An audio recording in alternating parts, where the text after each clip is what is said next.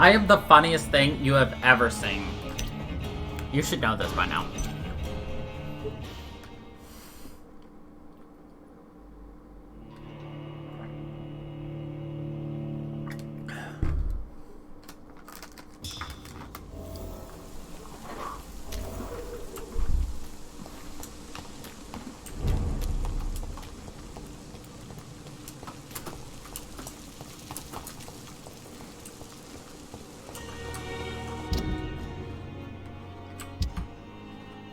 I don't remember how to play.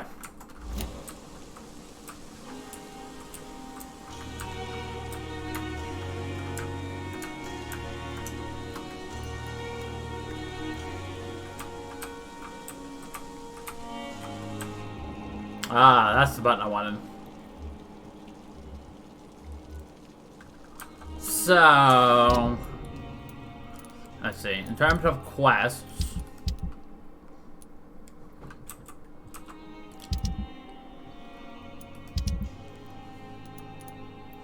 we need to find the pharmacy.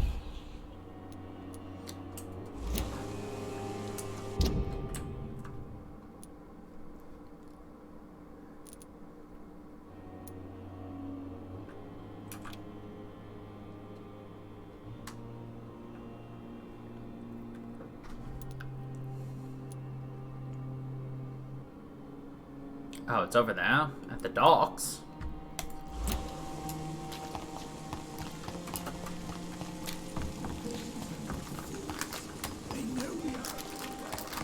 I remember everything. I just couldn't remember how to play it.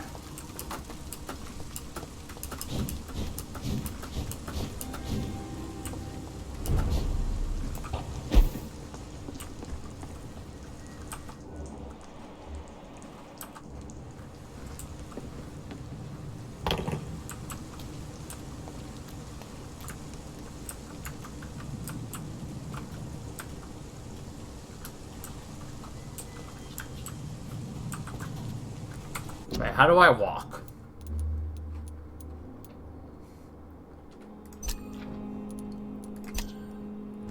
Q. Best stay back, sir.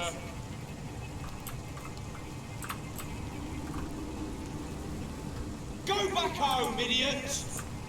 Watch yourselves! There's one of them!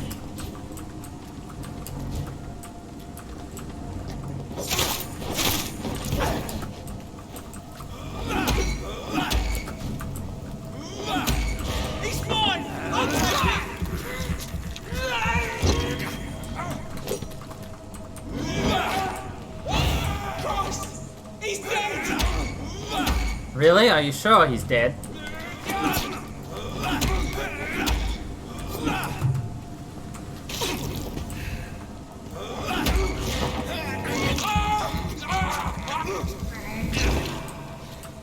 I don't think he's actually dead. I think he's faking.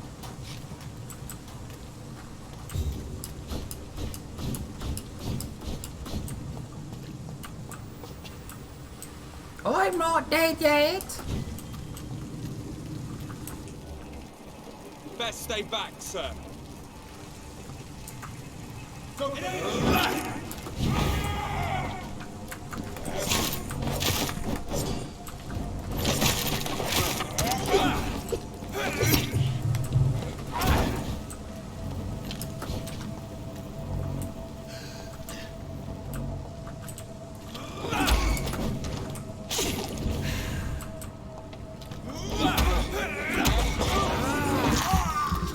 I've had that guy's so nice to let me just kind of do whatever I want.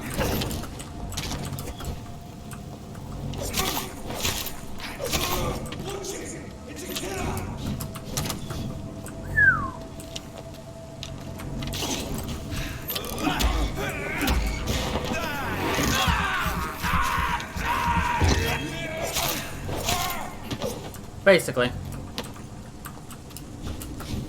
But as long as one of us remembers what happened, we're good, right? Pretty sure that's how it works. Okay,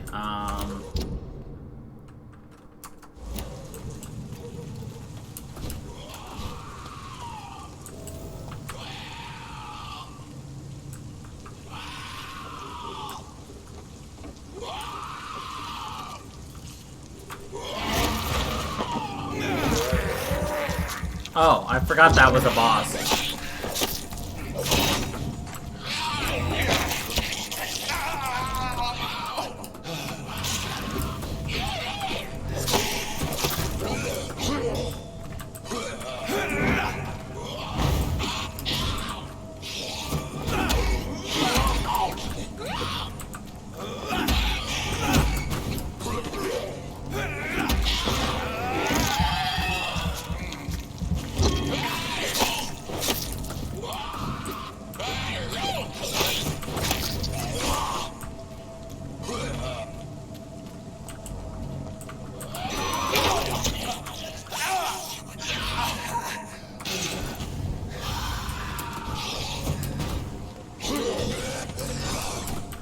The worst part is that guy who's now sucked my blood twice has grown several levels and is once again at full health.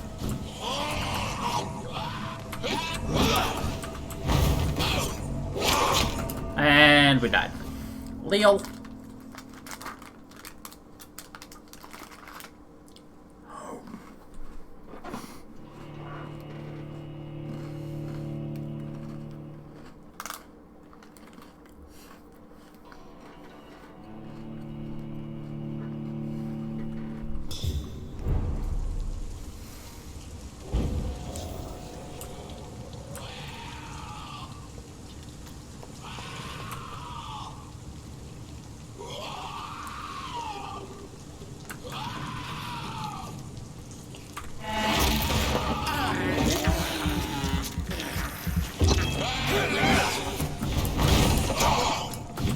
Stuck!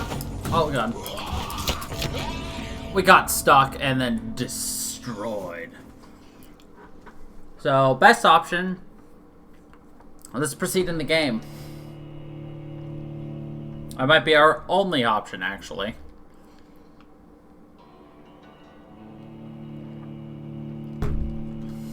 I mean, I could keep trying. I can beat it if we really, really wanted to. We'll come back for that. We will do it again.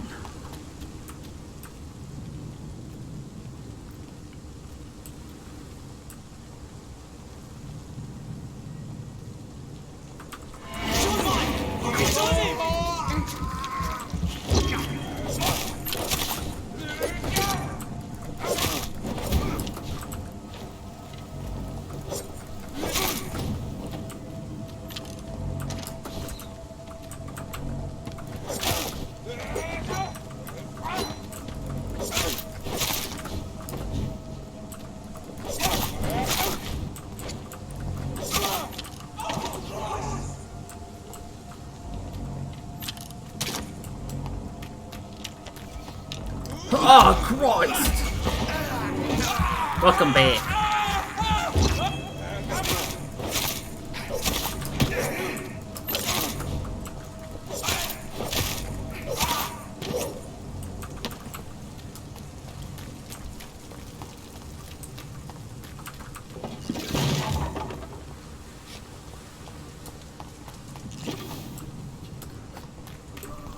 Shut!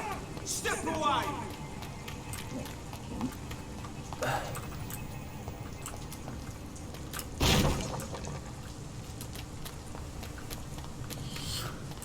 Alright, we'll proceed in the story, I guess.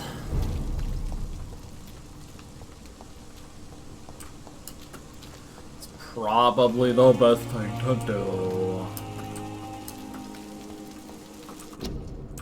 Hospital full, please, go home.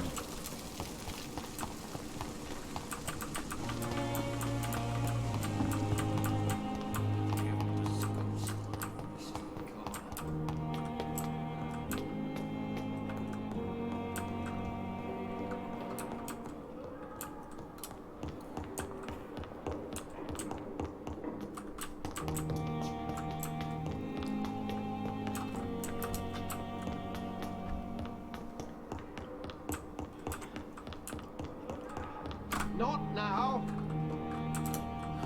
Fuck you, Edgar Swansea.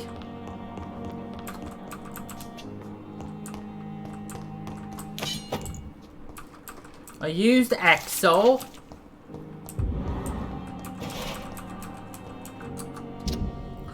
Let's see.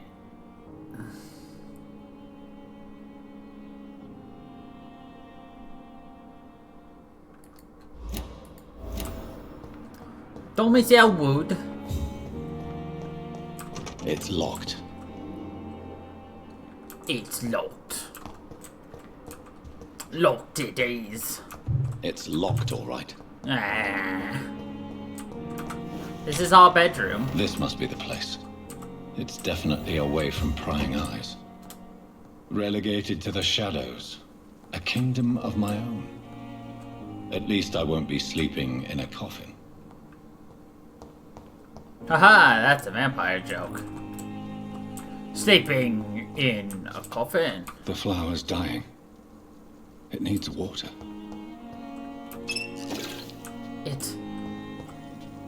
It needs water. Needs water, Edgar. Edgar Swansea, I need water. The flower's dying. It needs water. Okay, you can craft medical treatments.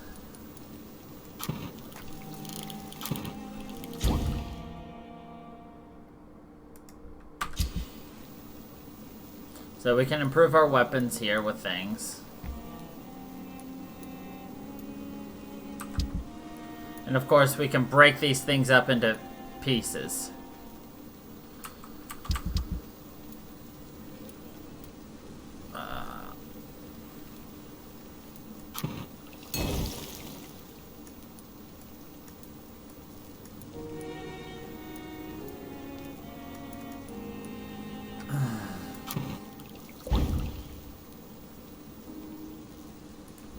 William Bishop's blood is much more unstable than human blood and shows extensive mutation. But this is not what happened to me. I must keep on searching. Yeah. The sun is about to rise. I can feel it. I'll continue tomorrow night. I have so much time now.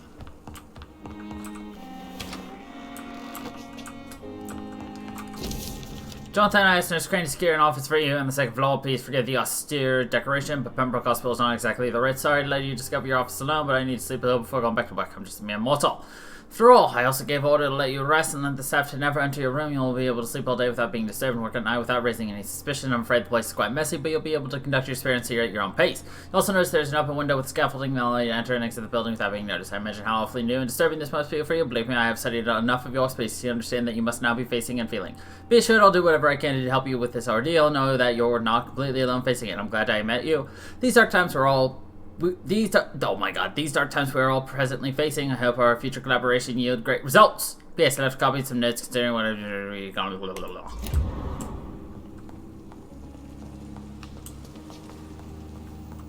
The flower's dying. It needs water. It needs water. Water.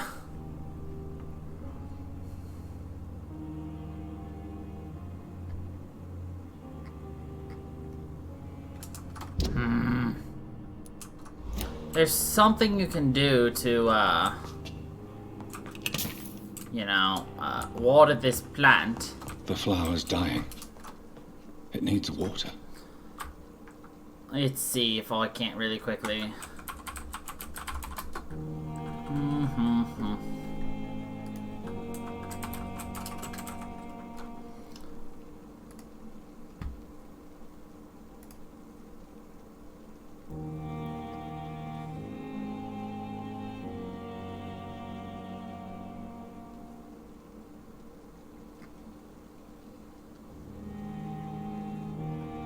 Okay. So, funnily enough, the achievement you get for watering this flower, do you want to know what it's called?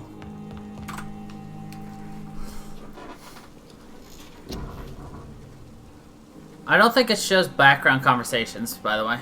It's called Life is Unstrange.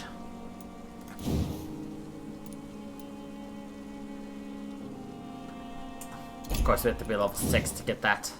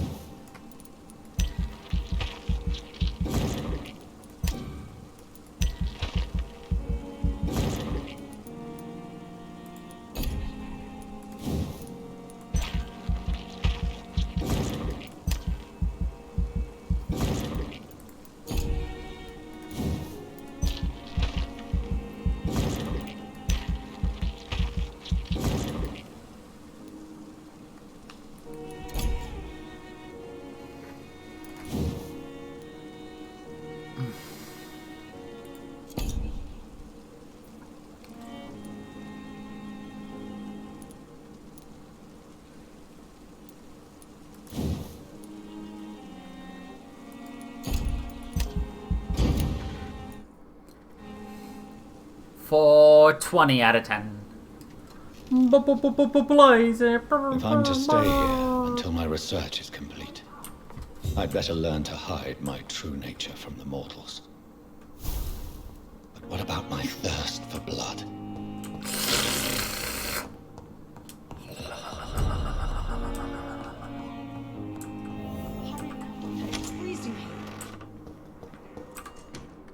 Yes, Nurse Crane? How can I help you?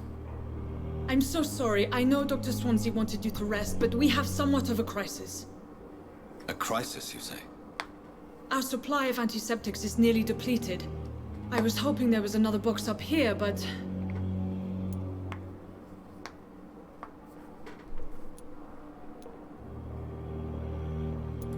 Sorry. There's nothing here. Some of the patients won't last the night without them. Honestly, sir, I'm beside myself.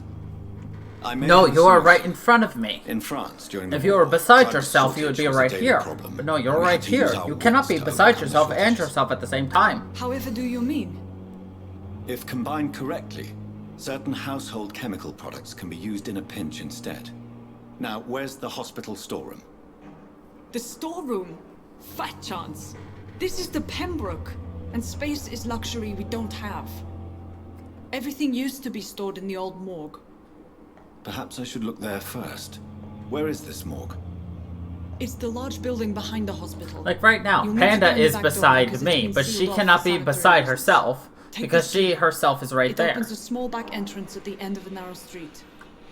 The abandoned morgue behind the hospital. A small door at the end of a narrow street. On my way then. Thank you, nurse. On my way, then.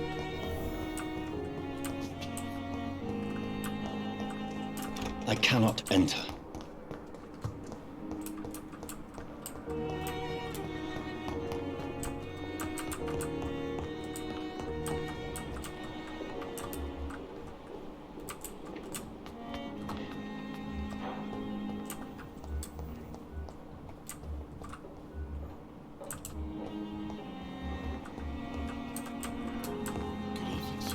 But in the circumstances, I'm willing to give you the benefit of the doubt. Good evening, Doctor. How is my son doing? Good evening, Doctor.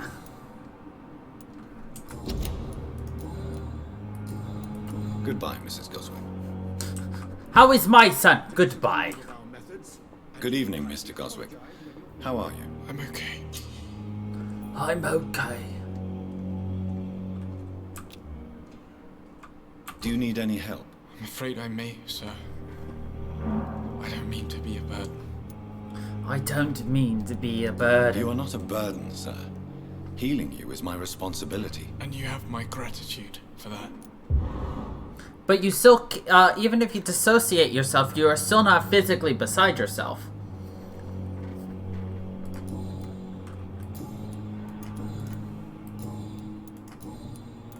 How? So painful. I'll let you... Good evening, sir. Doctor.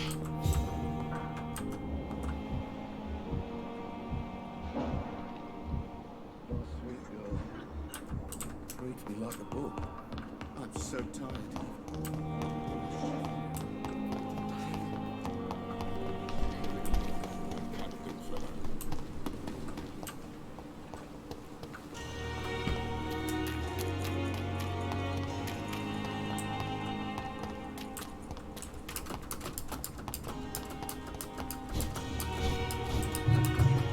I always have an answer.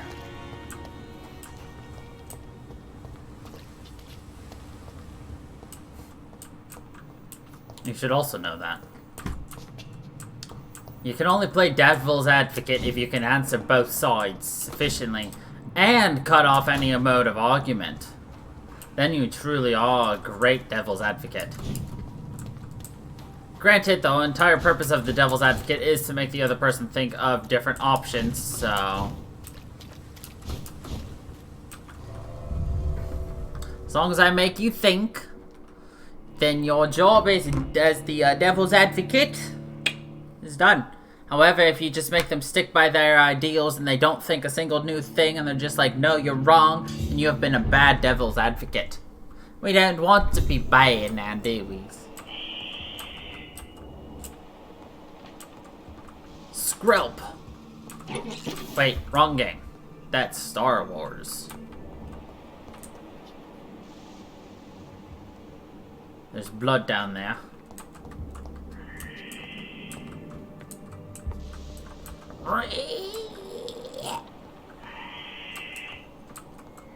That would go outside. No me gusta nada.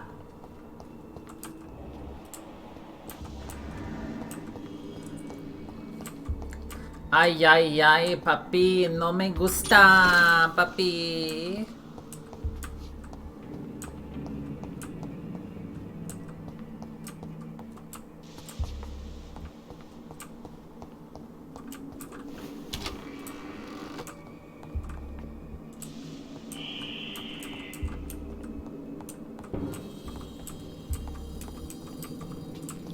Money, ay, ay, papi.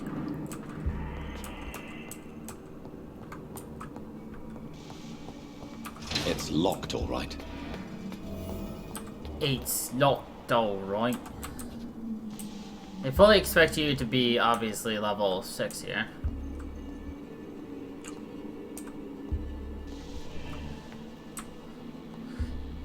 Ferris Tartret. Just the one it looks like. So quinine.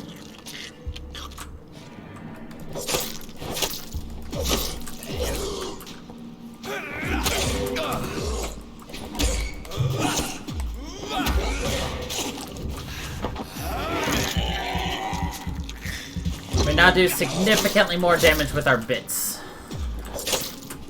We are a bites me daddy type of dealio. Behavior is similar to the infected William Bishop.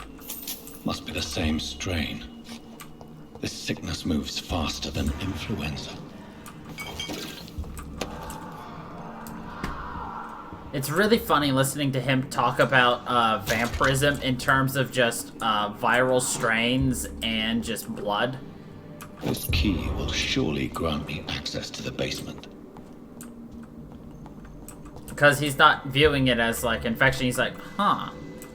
Vampirism is a bit different than just being bit, yo.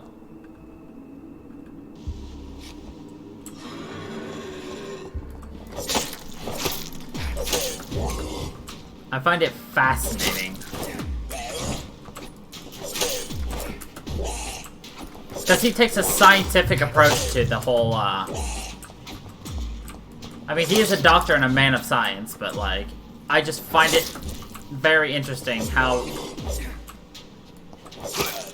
people can rationalize the unrationalizable.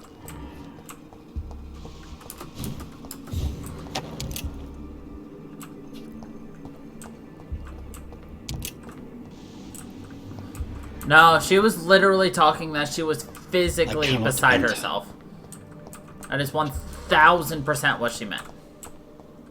She's physically beside herself. She's just a dumb lady. Balls of Mars. Fortifiers. As popular as they are ineffective. Balls. They do contain iron tartrate, and that might... She could have been hallucinating and thinking that she saw herself next to her. That is a possibility. See? Look at Panda. That's a very good point.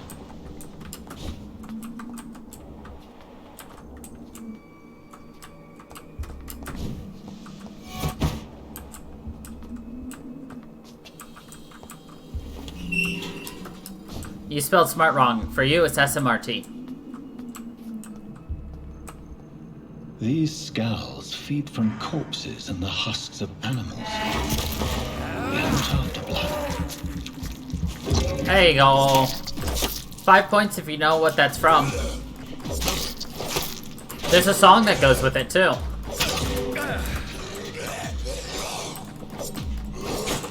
Wow. Semi-song.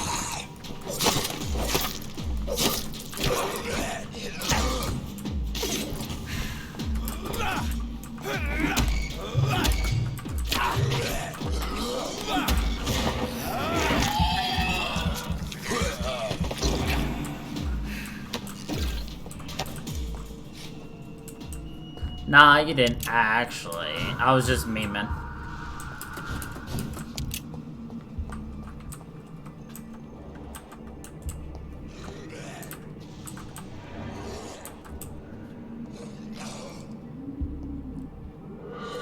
Die, bitch!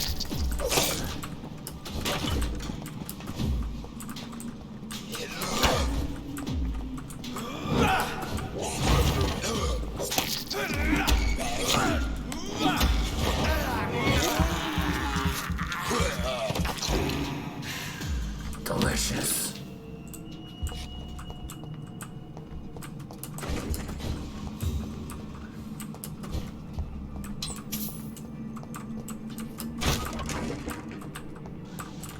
Ha ha ha ha ha ha ha. Huh?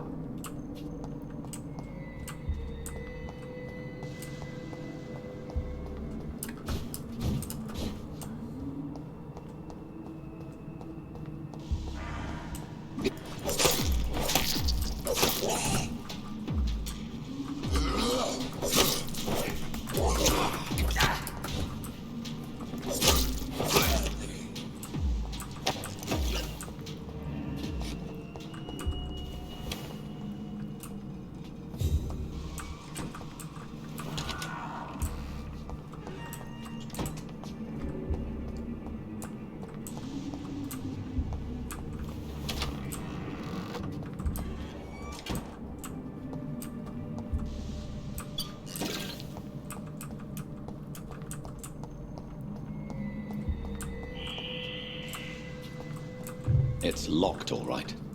It's locked. A blood absorber?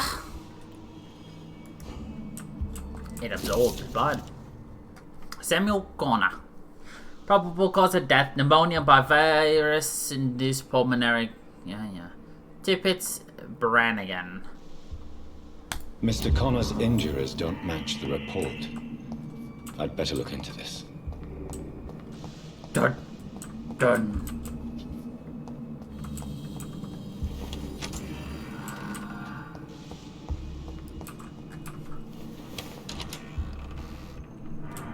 This is a boss fight arena.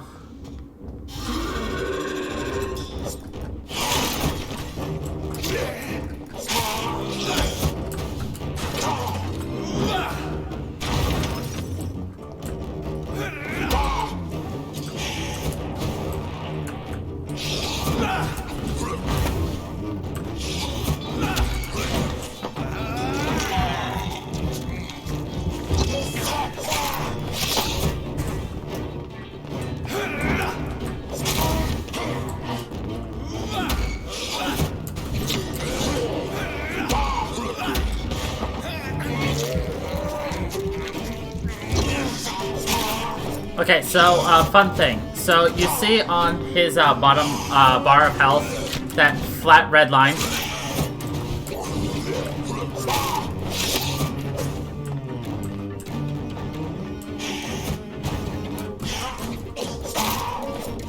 That means he cannot, heal himself beyond that.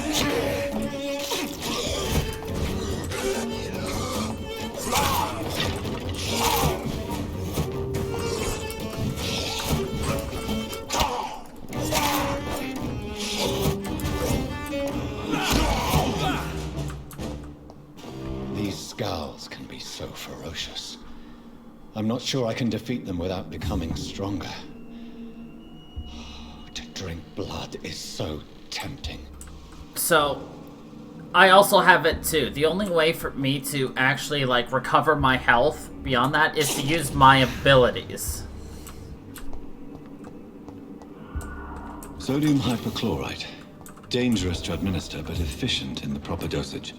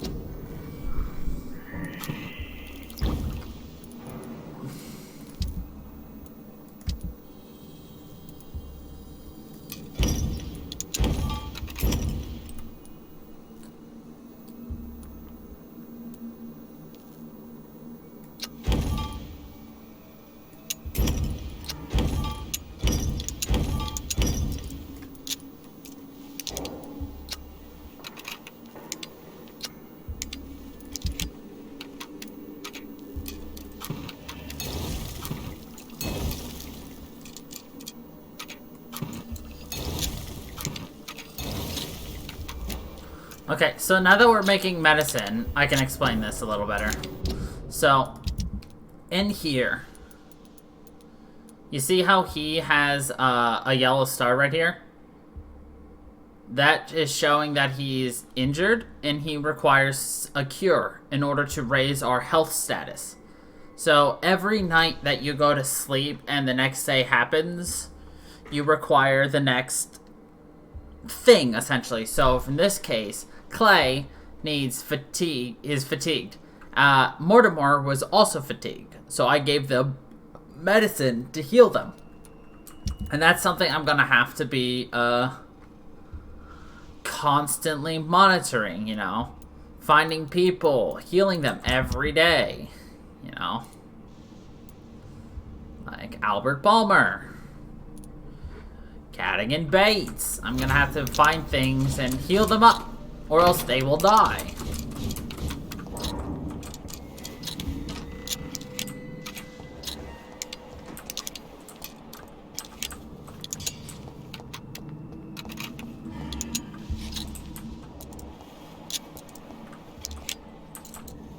From the sounds of things, I broke the game. I glitched it. It's currently stuck in a state of constantly repairing things.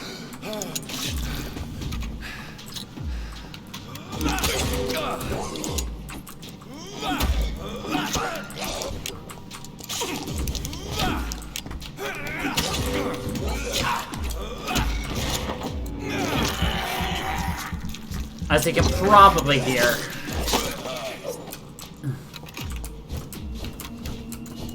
It's actually really fucking annoying.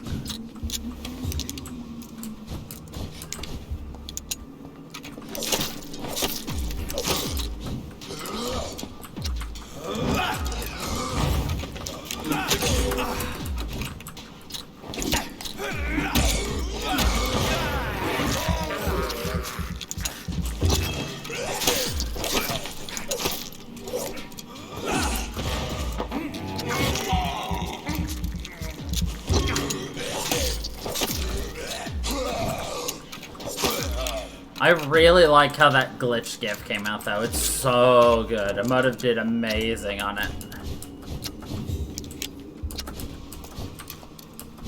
Don't y'all think?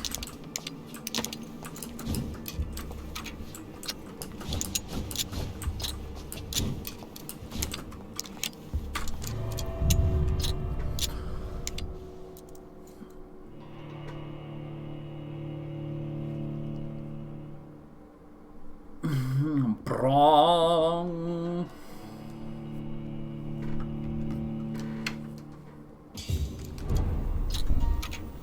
Nope.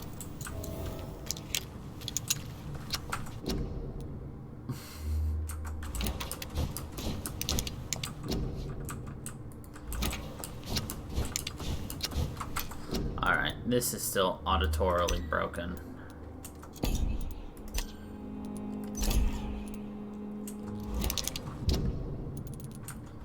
This is really fucking annoying. No, the noise was driving me insane. I did not want to hear it.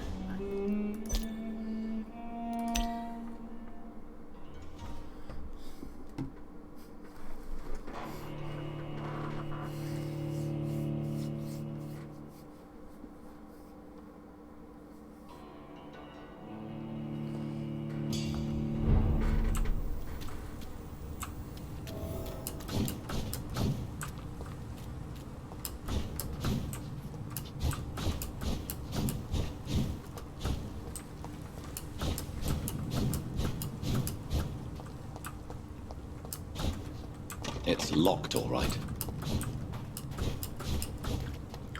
It's locked, all right.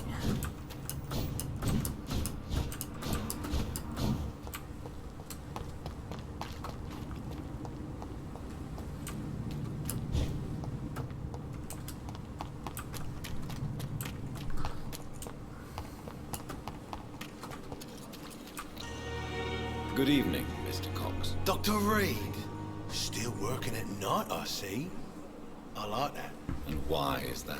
People who don't sleep at night always seem more alive to me. More interesting, one way or another. More alive to me. Do you ever think about that poor fellow I saw you push in the water? The wound he gave me will make sure I don't forget him. Still fucking hurts. Boss Still cut me fucking good. ads. That man was determined to murder you. You almost died. What a surprise. The first time I met him, he nearly shit himself. Fucking coward. Oh, I guess revenge gives you balls. Revenge. What did he want? Revenge? I recently had to kill his brother. Poor arsehole thought it would be easy to return the favour. Perhaps you're right. Maybe only the strongest will survive in these dark times. If there must be only one, in the end, make no mistake, I'll be the winner. I'll be the winner. How is your hospitalization going, Mr. Cox? This is a shitty place with shitty staff.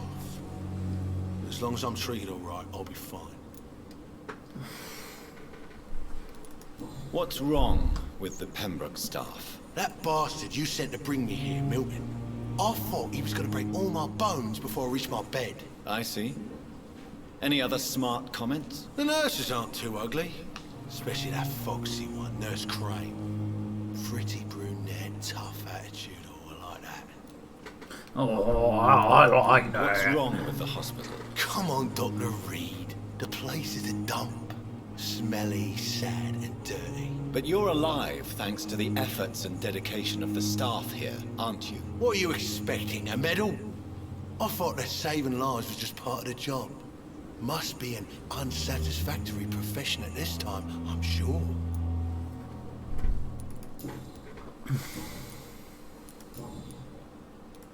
How long do you think you can escape the law, Clay? I know this city like the back of my hand, Doc. I know its streets, who to pay, who to avoid, and who to bully. I won't get caught. We can't escape the consequences of our actions. The past catches up with us in the end. I ain't afraid of death.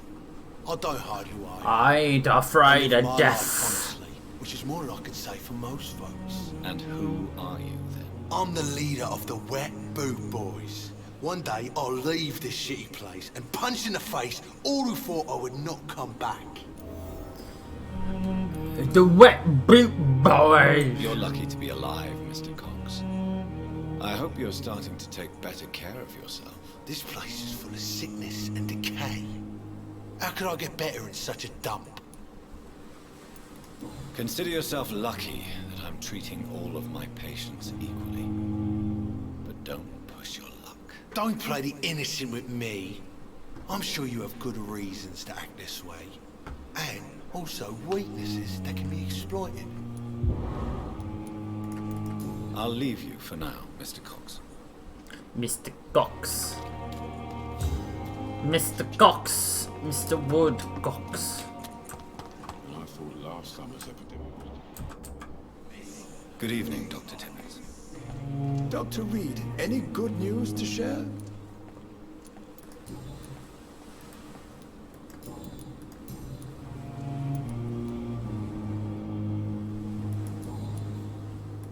Goodbye, Doc. Another night with No, wrong one.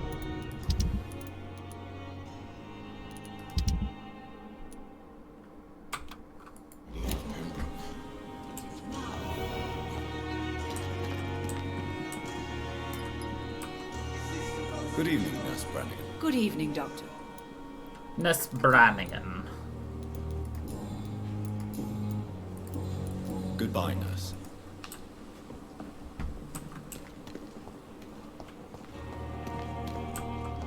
Patients are not fools. I never...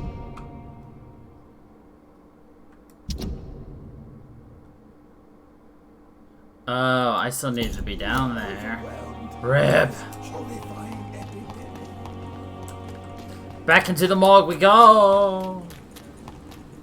Miss, please, I feel sick. Get over here now.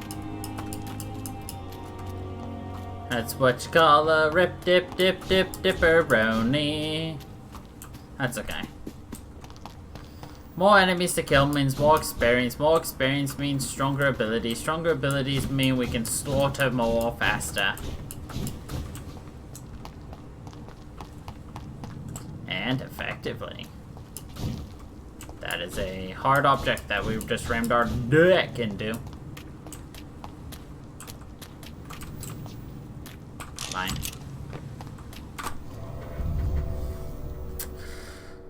Anyway, shit happens. Just gotta keep on going through it, yeah.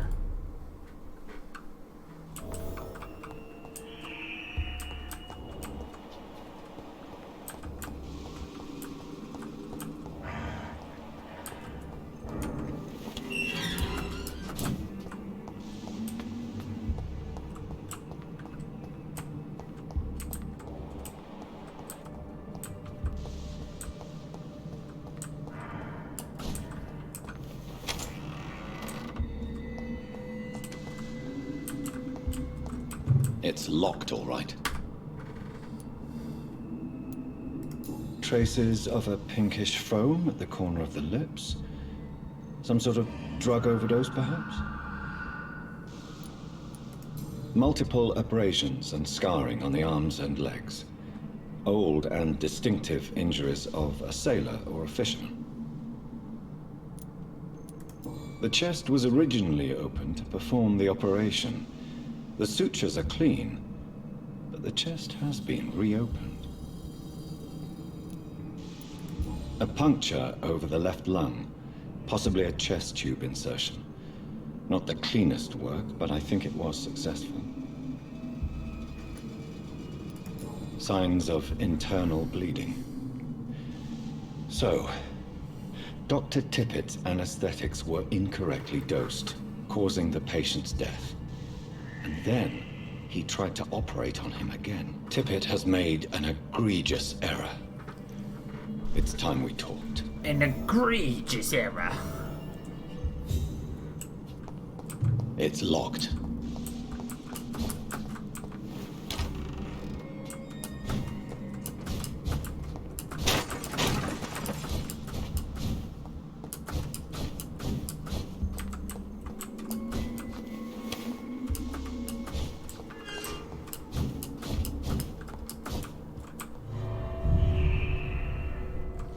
Da na na na na na na na na na na na na na na na na. Bow. Ba na na na na. I really like the animation of every time he does his shadow step. I think it's cool.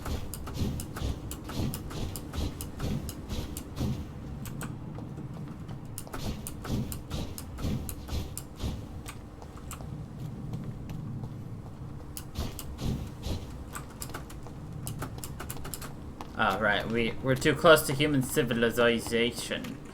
Nurse Brannigan, perfect. Good evening, Nurse Brannigan. Good evening, Doctor. Tell me what Dr. Tippett did. I know his mistake caused a patient's death. I If I had not know. covered up his error, Dr. Tippett would have been fired from this hospital. I could not let that happen. You can't allow your emotions to dictate your conduct concerning patients, Nurse Brannigan. Look around you, Dr. Reed. Do you really think we can afford to lose a brilliant practitioner like Dr. Tippett in our situation?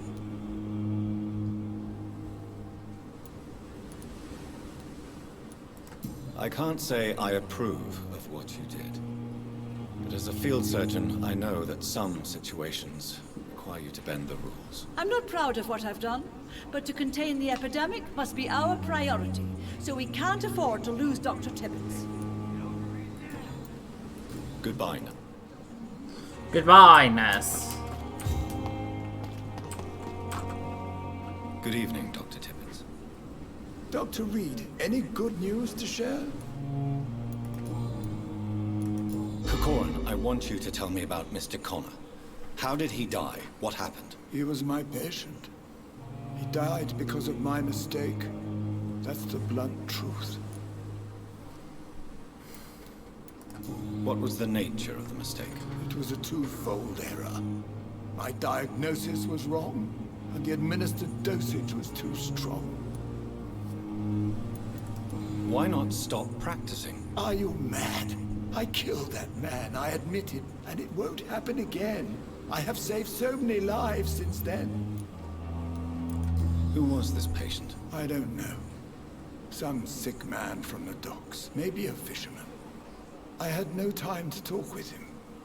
No one claimed the body.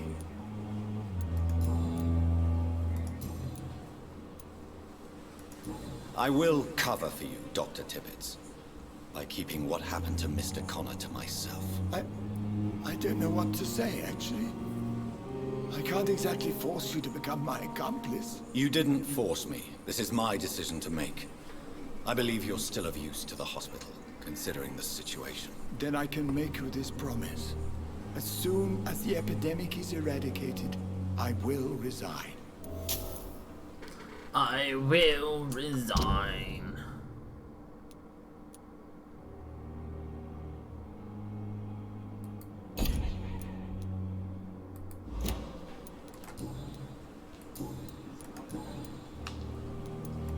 What will you do after your resignation?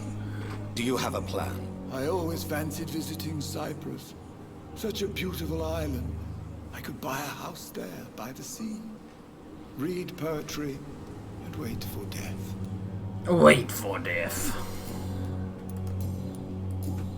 Goodbye, Doctor.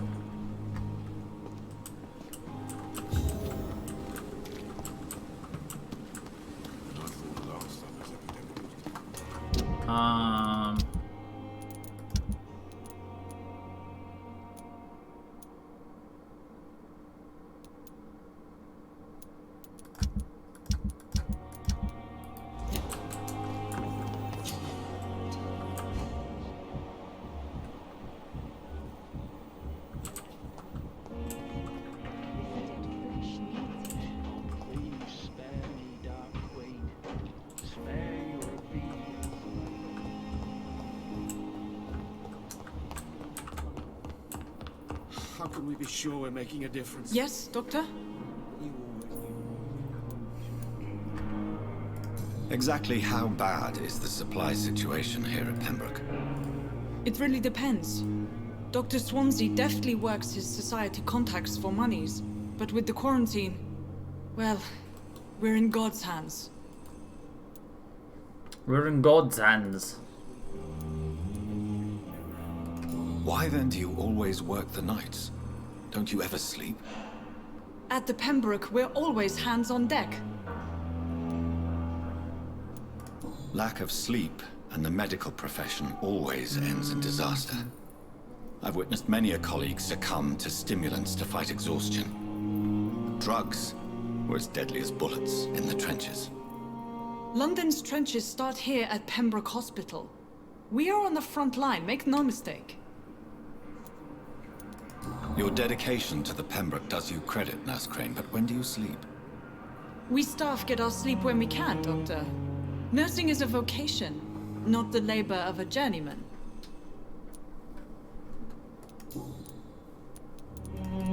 That's all.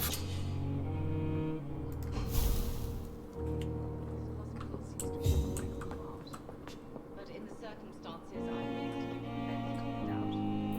You always knew the words to calm so the children. tired, Will this shift never end? Massive experience boost to colleagues, basically. And by colleagues, I mean humans. So everyone on this list, you can kill and get experience, like, you know.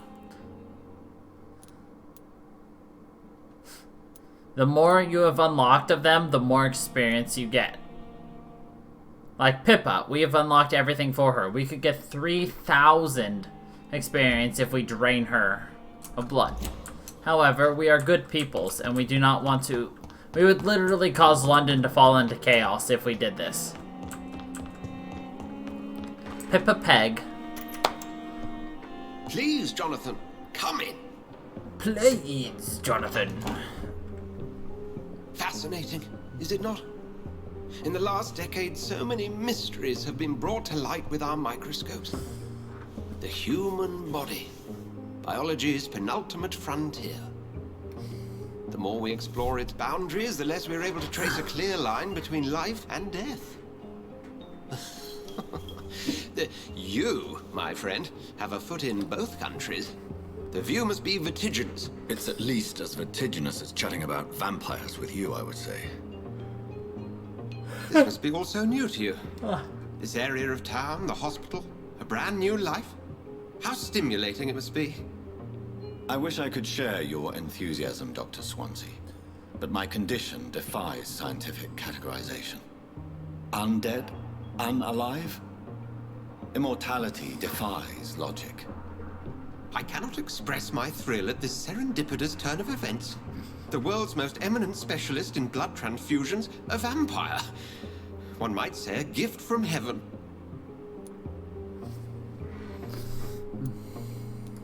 There is an absurd poetry to my situation. Physician, heal thyself. Forgive me. I've been an admirer of your work for a long time, and now you are so much more than a brilliant physician. And please, call me Edgar. There is no need to apologize, Edgar. You offered me sanctuary when I had none. Very well. I have a task for you, Jonathan. Something that will require all your newfound skills. Please, go on. The Pembroke only survives through the generosity of our benefactors. Unfortunately, our main donor has found herself in a bit of a bind. Now, if you could help her out... A spokesman or politician is what you need. That's not my calling. And until I come to understand what has happened to me, I require discretion. Discretion is in order, Jonathan. Lady Ashbury has recently received rather indelicate correspondence that, if revealed, would jeopardize her position. And you would like me to eradicate this threat? By the stole, of course not. I would just like you to pay her a visit. Her ladyship is certainly near the tents outside, tending the sick. You can't miss her. Look for someone impossibly delicate. Impossibly delicate. I'll see what kind of trouble Lady Ashbury is in. Who's excited to see Lady Ashbury?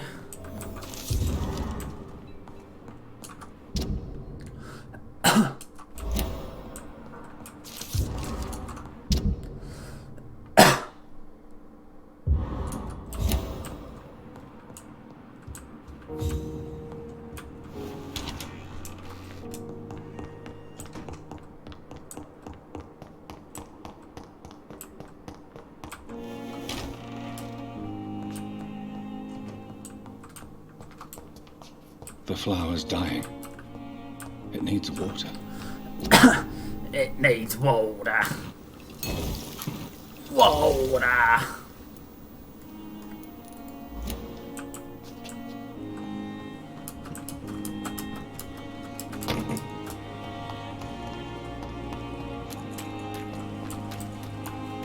Aha, you thought you'd get to see a shot of her. Well, here's your Lady Ashbury. The flu took my dear wife, Emily. I take comfort knowing we'll soon be together again. Mr. Rainfield, that's no way to talk. You're in good hands here, and we'll be up again soon enough.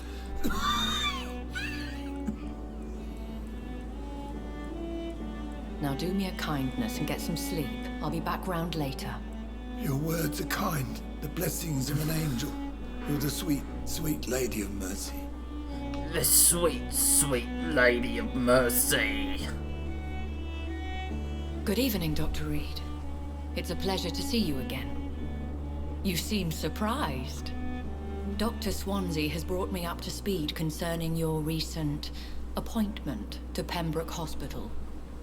You're a vamp. The lady who saved me that night, before vanishing into A thin vamp. air. I remember you from the pub with Dr. Swansea. Indeed. Allow me to introduce myself formally this time. My name is Lady Ashbury. I remember you well, in spite of the brevity of our encounter.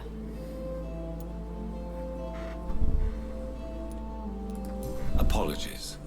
You've taken me by surprise. I'm very happy to see you. The pleasure is mine, Doctor. I hope you're more disposed to answer my questions now.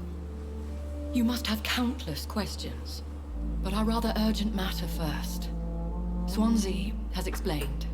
My cover, if you prefer, has been compromised.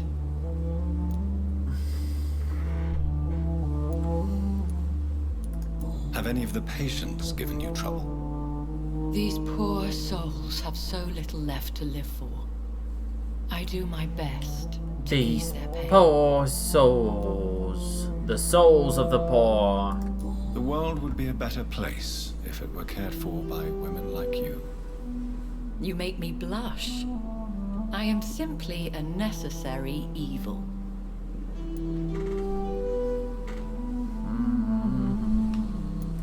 Pardon my boldness, your ladyship, but I have questions concerning this condition we share. As a newborn, your hunger for answers is rivaled only by your thirst for blood. But the questions need wait. I'm a scientist. My trade is in the deciphering of mysteries, and I need information to feed my mind. I will gladly answer every question you have, but first, prove yourself capable of resolving my predicament without eating the culprit. Without eating the culprit. Dr. Swansea has commissioned me to be your agent in this matter. You could start by explaining what's amiss. Poor These past unfortunate insufferable soul. weeks, I've been the victim of extortion. I've made a first payment, but the blackmailer grows greedy. Good old the Little His Mermaid. most recent demands. What are your expectations? Please be precise.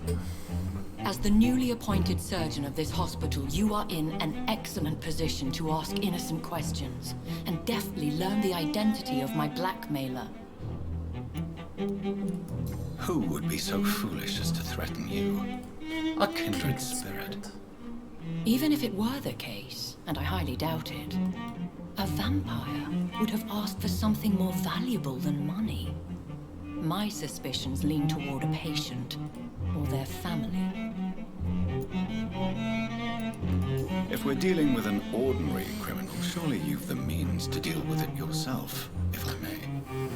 As immortal tradition doth dictate, all fangs and hypnotic eyes ablaze, the blood would run like a river. That's what I hope to avoid. Violence has a tendency to spiral out of control. Please continue. Every detail is essential. I'm your man. My embarrassment in this matter is eclipsed only by my shame at having put the hospital at risk. The threat from our anonymous scoundrel is clear. A list of dates. My visits coinciding with the dates of suspicious patient deaths due to massive blood loss. I'll take care of it. Do you know where I should start? If that was the case, I'd settle the matter myself. You could talk to our local gossip, Harriet Jones. Not a pin drops here without her hearing about it. I'll meet that woman now. My life, as others know, is in your hands, Dr. Reed. I'm sure of your discretion, but I do fear your powers of persuasion will be put to the test.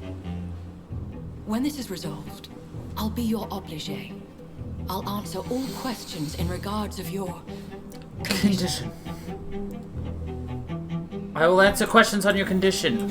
On the condition that you handle my Good evening. precondition. Good evening, Doctor. Still trying to save...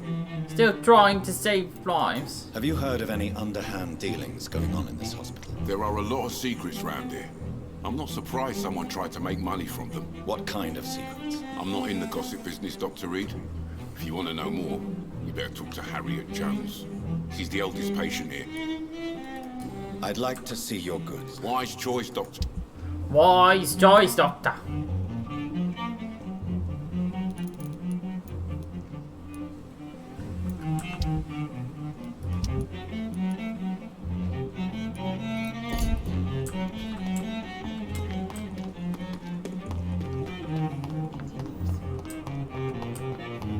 Disgust on every street corner. Simpletons, these nurses. Bred with no respect. What? What? What is this? Who are you? Get out of my room. There's no need for alarm, madam. I'm Dr. Reed, the new surgeon. Preposterous. Dr. Reed, you say? I don't want some bumbling intern. Where's Dr. Swansea? Please, calm down, madam. I assure you that I am highly qualified. I'm just back from war duty. How brave. Threatening an old defenseless woman. You know how long I've been a patient here? You've picked the wrong fight. I'm Harriet Jones. Harriet Jones? Indeed. I've been meaning to have a chat with you. You know what goes on here better than any other patient, I gather. Oh, better than any patient, nurse, or doctor. I've seen so many vile undertakings. I heard there have been some despicable goings-on. Was there a case of blackmail? Blackmail? Wait. You're investigating something. This isn't a social call. One of those incompetent cunts slit a poor sod's vein. If I didn't know better, Miss Jones, I'd be inclined to say you enjoy this type of idle gossip. God's honest truth, Doctor. It's just the way it is here. Most of these bitches would let you freeze to death before getting you a blanket. You seem to know more about the goings-on here than anyone else. Beware, Miss Jones, in case suspicion should fall on you. That's it. Blame the old and infirm. I see those little bitches' greedy little eyes. Just waiting for me to pop off they are. Waiting for me to pop off they are, pip pip. I assure you, madam, this is not an investigation into a possible medical error. Debauchery, then? Nurses Crane, Hawkins, Brannigans, whores, all of them. They can't keep their legs shut. I've seen them scratching slutty sores. Really? Well, if you have irrefutable proof, I'll not have the staff behaving in such a manner here. This is your business, Doctor, not mine. But I swear one of the nurses is cavorting with some man on hospital hours. Thank you for your time, Miss Jones. Yo, what's up, Ash? Yes, I am. Though apparently my internet's being a little bitchy.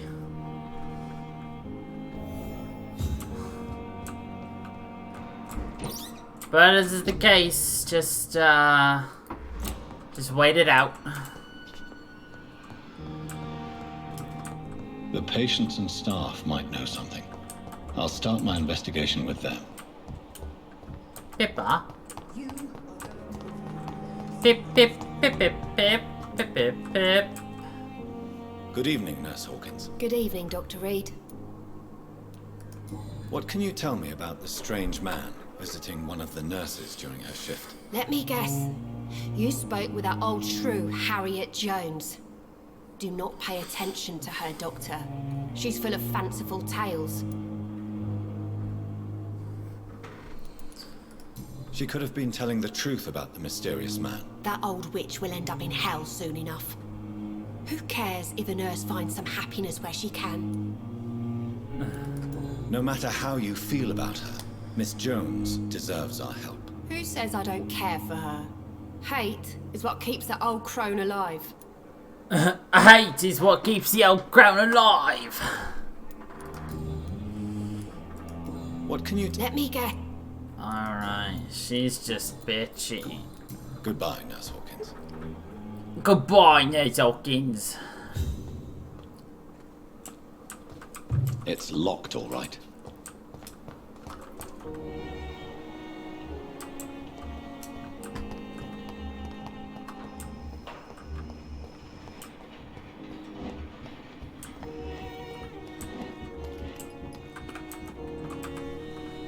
Good evening, Nurse Brannigan. Good evening, Doctor.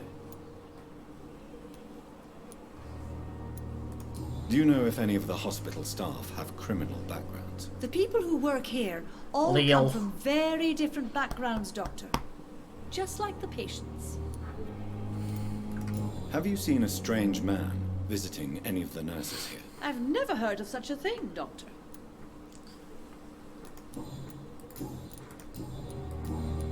Goodbye. Stiff in nurse. what way? Call me if you need assistance.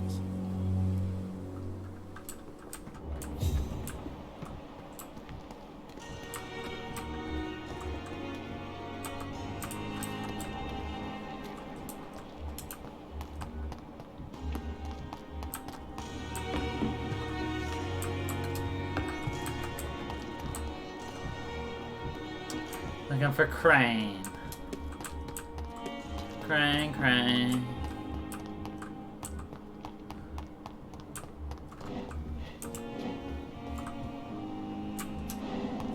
Oh, we just missed. Wait. We did just miss it. Oh, we have to be outside for that. We have a chance to spy on them. We need to spy on them. Bah.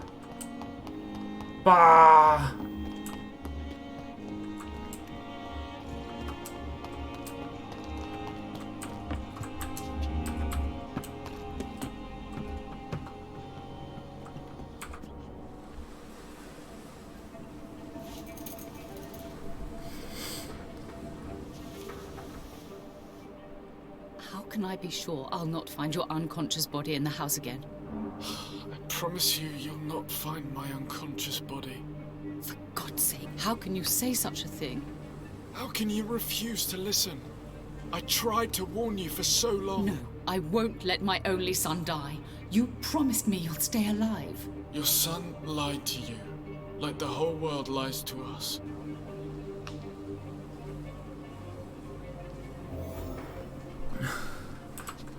Did you catch why he's in the hospital yet? And why his throat hurts? That right there just told you exactly why he's in the hospital. And why he's lying about why he's in the hospital.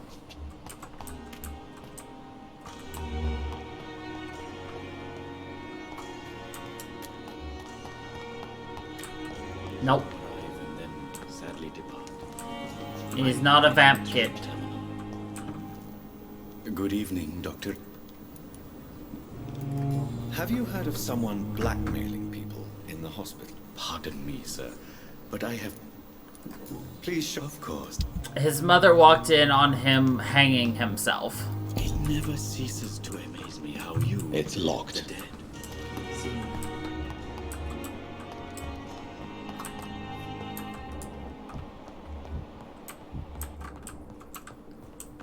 Which is why his throat hurts. And good evening, look Mr. at, Goswick. How are you? You know. I'm okay.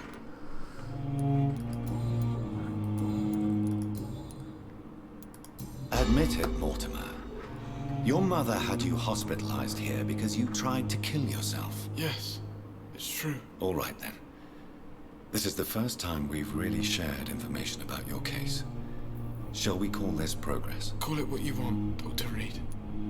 Call it what you want, Dr. Reed. You can trust me. I won't report you to the authorities. My one and only concern is your health. I guess I should thank you, then.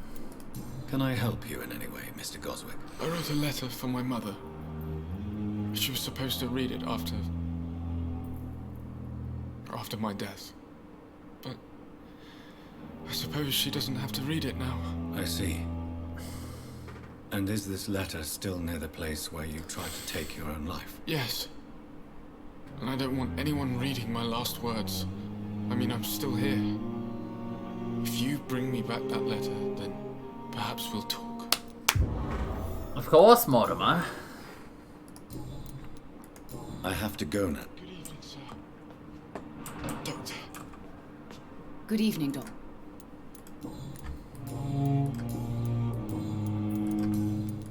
Your son wished to die, Beatrice.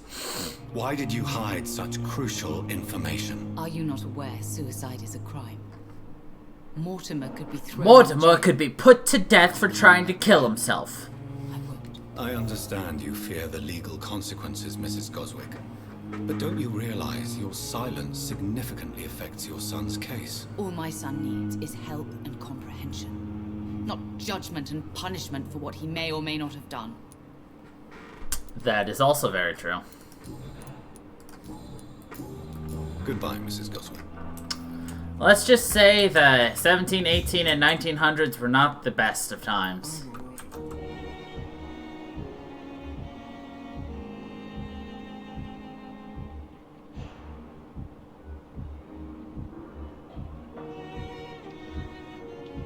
We still can't find Nurse fucking Crane.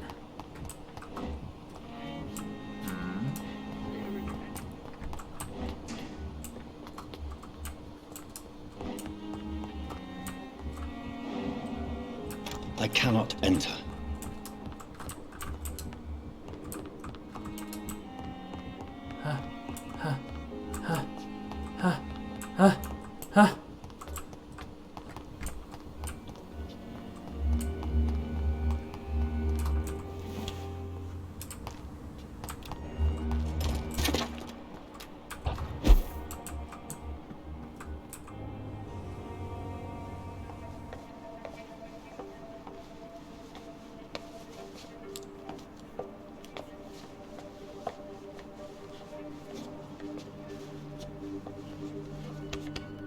Damn it! Why is this so difficult every time? That's not creepy at all.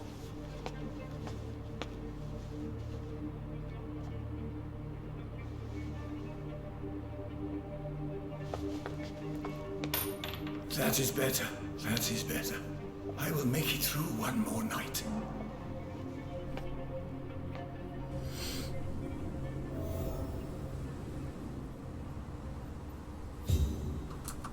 He doesn't notice us just standing there, just like, hello. He is a drug addict.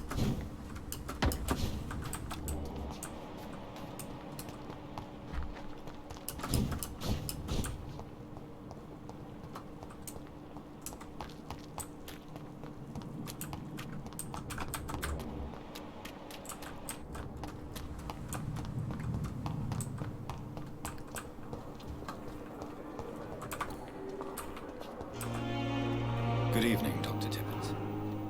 Dr. Reed, any good news to share?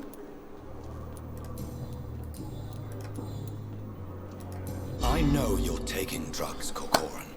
Why take such a risk? I need it to endure the long shifts. We have no idea how long the epidemic will last. We can't let it win. We can't let it win. I understand the gesture, Doctor. An immediate answer to an emergency situation, but this can't be a long-term solution. Thank you for your understanding, my dear colleague. And be assured, I have total control of my consumption. No, you don't. That is bullshit. Goodbye, Dr. Tibbets. Nobody has total control of a drug addiction. That's why it's a drug addiction. It's locked.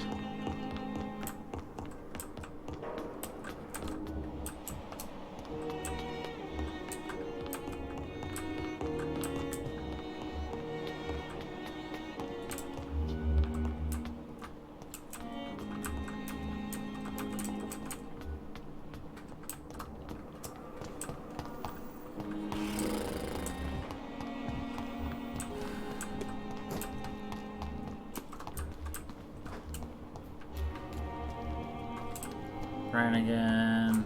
Where the fuck is Crane? Oh, hello.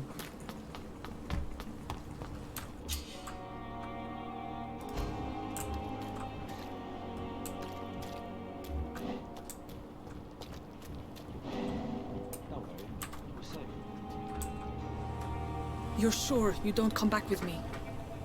Nah, I have to see someone at the hospital. Be careful. You look so bad they may keep you as a patient. Fuck 'em. I don't like hospitals. Or doctors. Well then, when you go back to Whitechapel, you may find this useful. What is it? A pass for a free medical exam by the best nurse available. Just read it. I don't read well, but thank you, I guess. But thank you,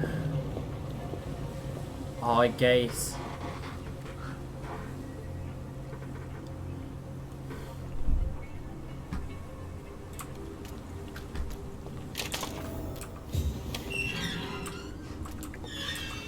I love how our option is to retrieve the thug.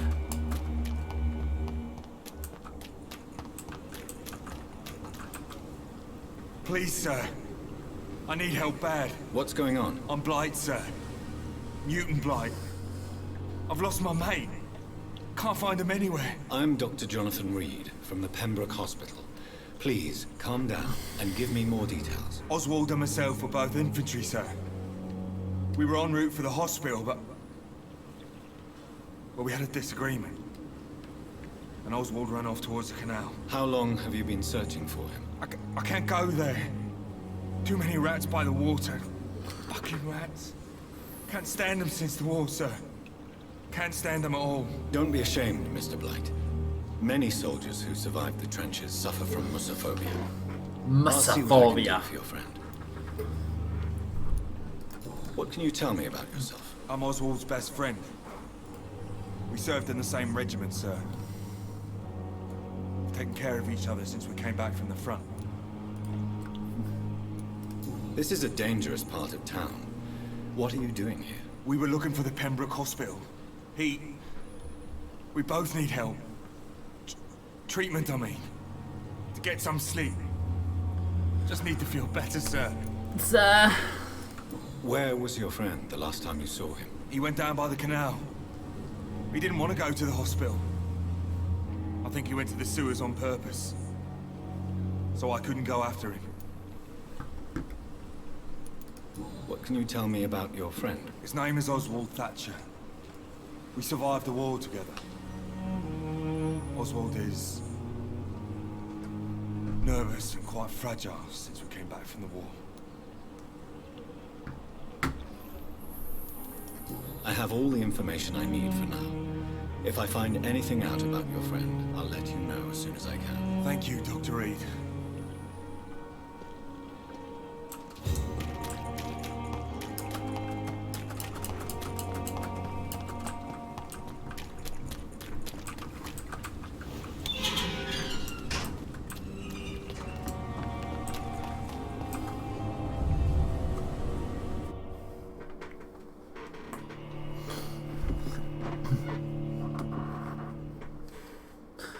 So here's a good time for this debate. Which do you prefer?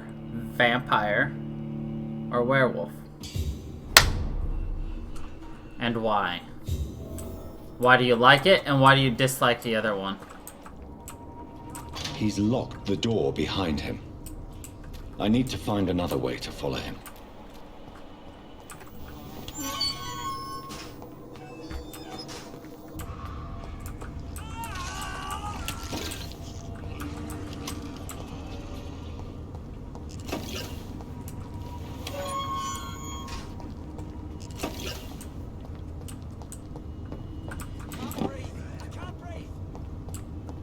This man has been savagely attacked and dragged to the floor.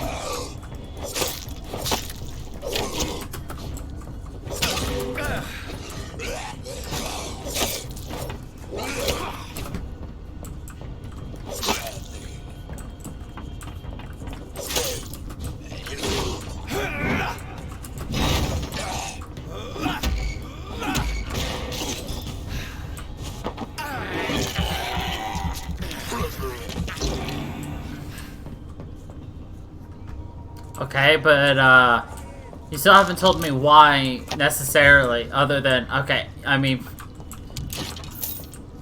but why? You know, like, is there something about vampires that you think are better?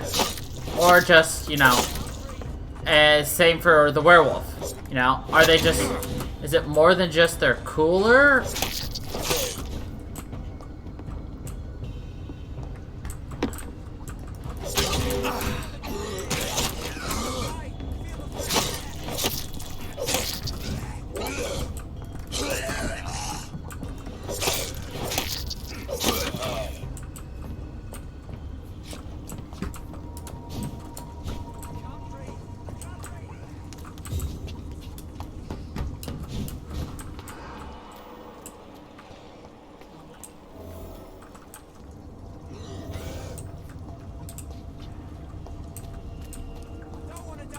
Let's see.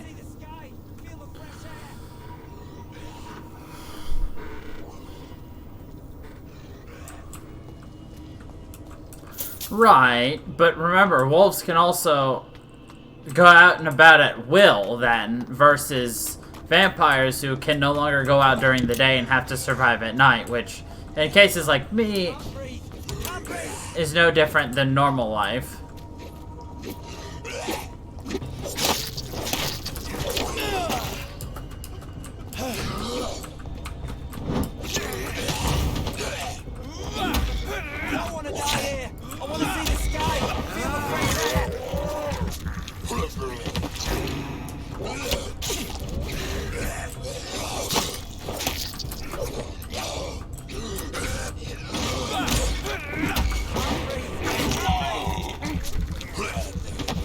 Right tight.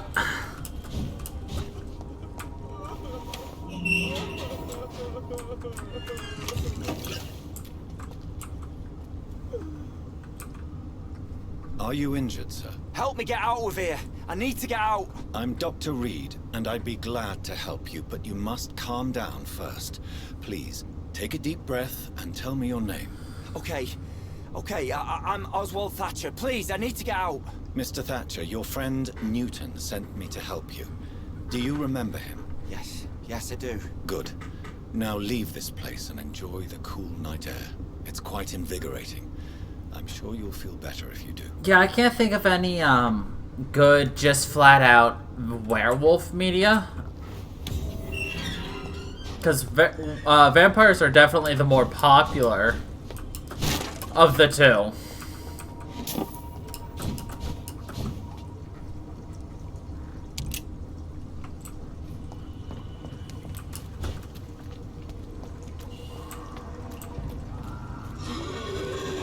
That is very true.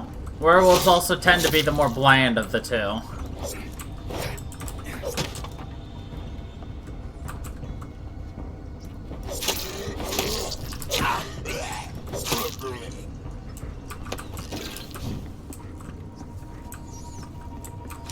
The night air is very nice. The night air is very nice air. The Band of the Dragon. We're gonna try to go for an ultra rare secret weapon in this game that I know about. Because of course I do.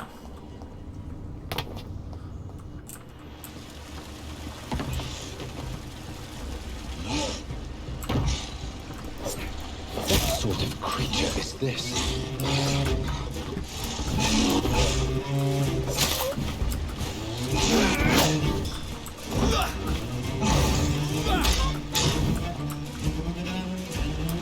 Speaking of werewolves,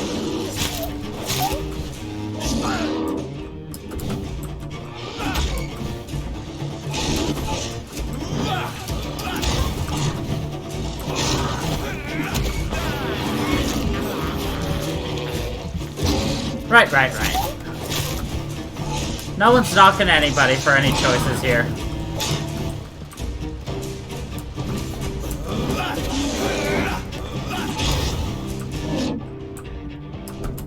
Oh god. He at me.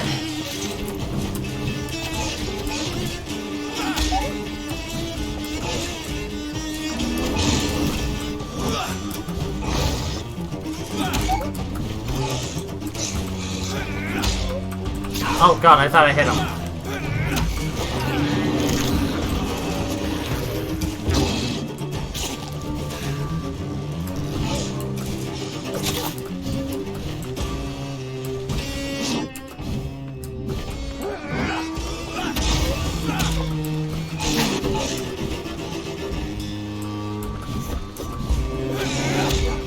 It's just there's nothing cool or romantic about vampire or werewolves, unfortunately.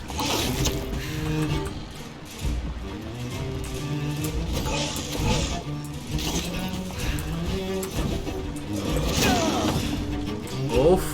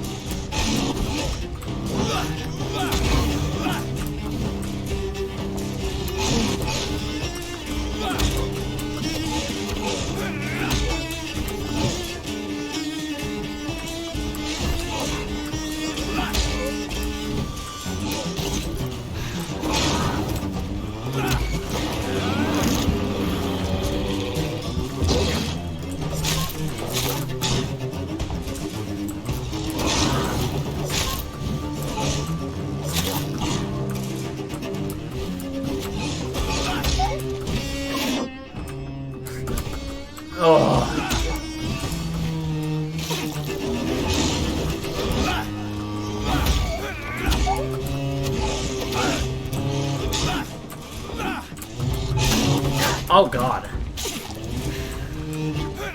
Bad doggy.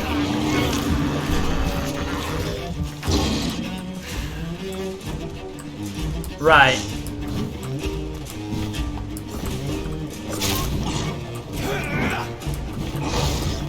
But people also tend to forget that werewolves also tend to have a at least an extended lifespan. Oh god, we're dead. No, we're not dead.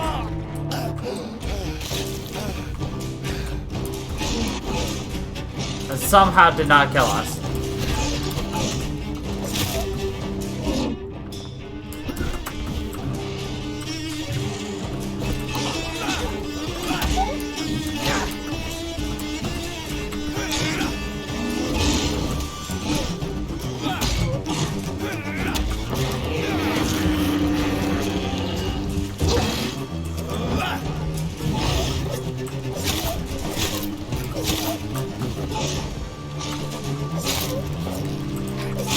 Oh, thank Jesus. Here's what's left of him. Not a lot to check, but I should anyway.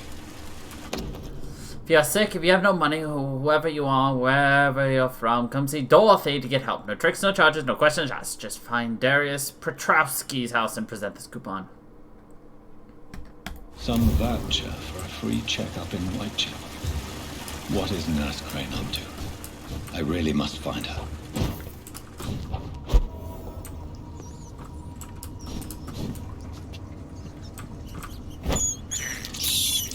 I have this. Hum. First. Hum nom nom nom nom. Hum nom nom nom nom.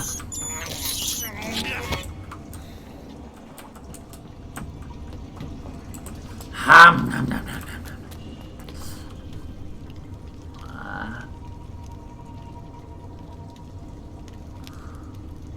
Huh, that's interesting. I'm trying to think if there are any video games where you play as a werewolf. In Skyrim, you have the choice of siding with werewolves or vampires. And then from there, obviously, you get different powers based upon them. I don't think there's a flat-out game where you play as a werewolf, cha.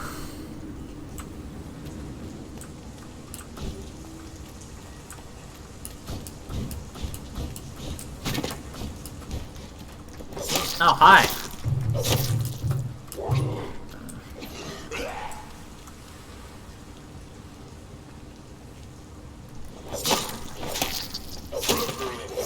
He's just standing there protecting himself, and I'm just staring at him. He's like, oh, I guess he's not gonna attack me. Slash.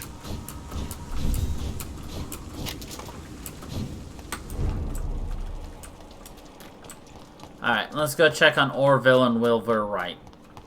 Where are these two dum-dums? Did they already go up there? They might have.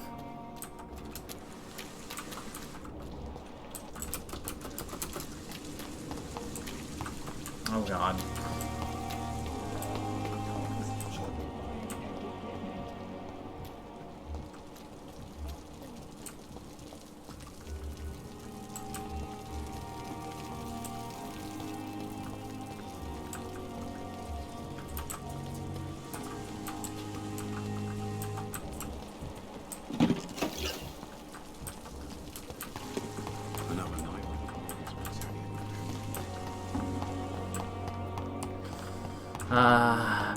Let's go level up a little.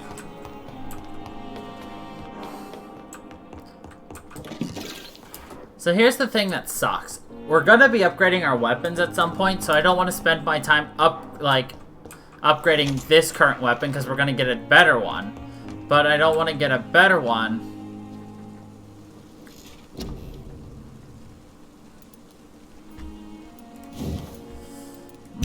Or I don't want to upgrade it until we get that better one, you know? Oh, we have to be level 8 for that. Lame. Increase. So... oh, I'll do that as well.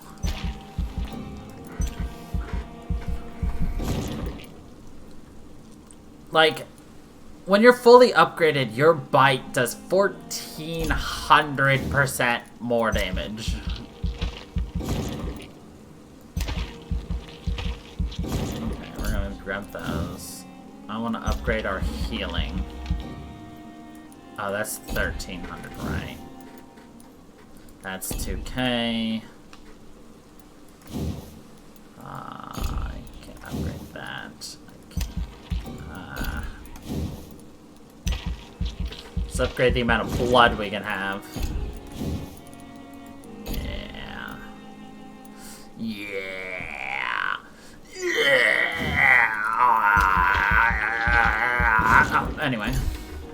No. Also, anytime you go to sleep and heal yourself, your towns and cities will progress. Things will happen and make them better. Things will happen and make them worse.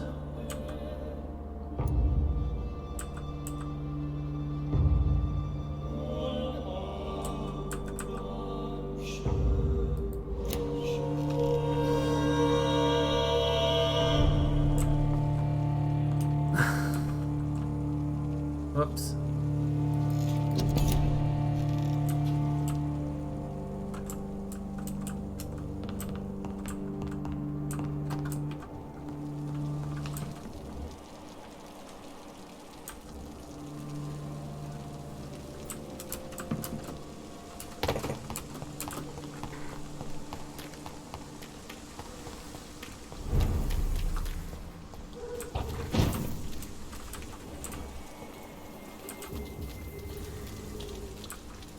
Wear a mask can save your life. Spanish influenza.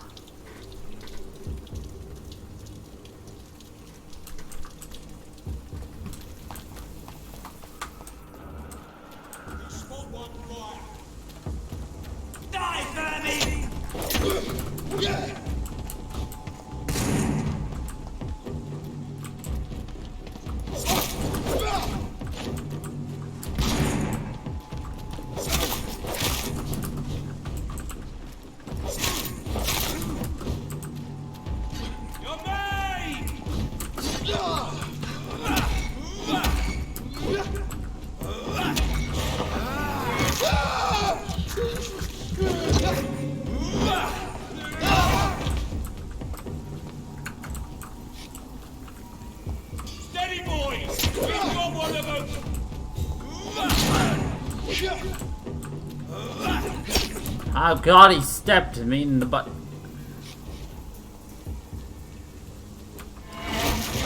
Eat him alive!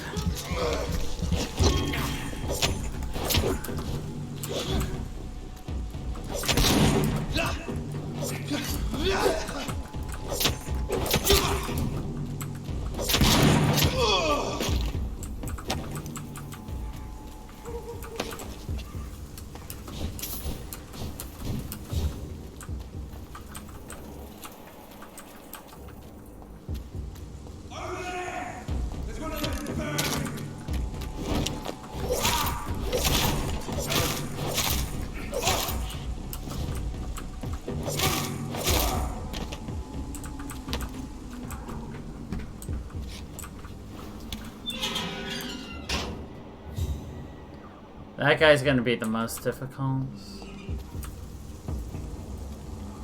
Steady, boys, we've got one. Ow.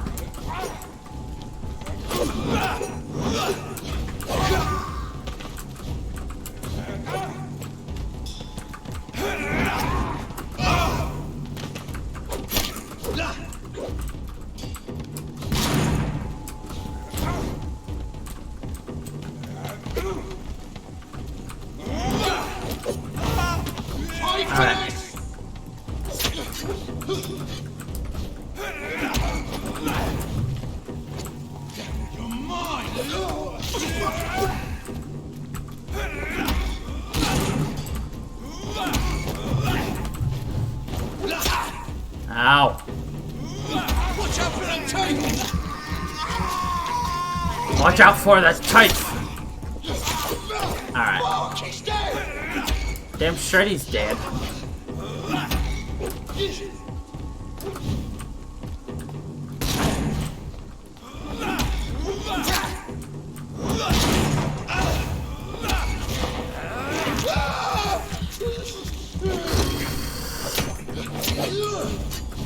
I don't remember which Sims I had, but I had the Sims making magic.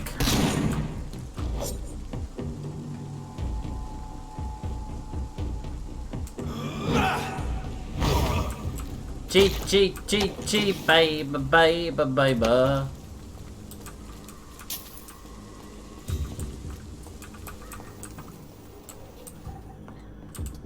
Was that the first one?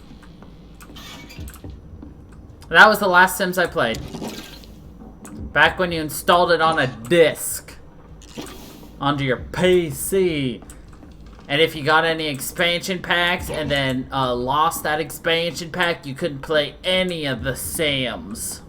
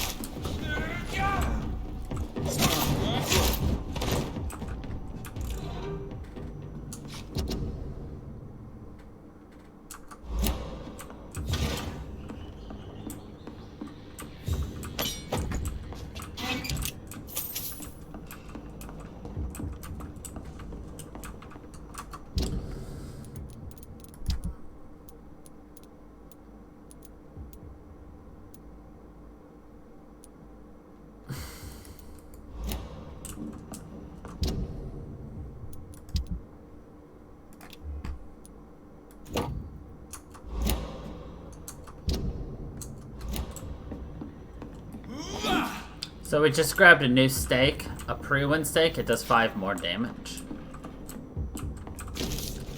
Part about Pembroke, so I'm with Pembroke. We can confirm vampire activity there first.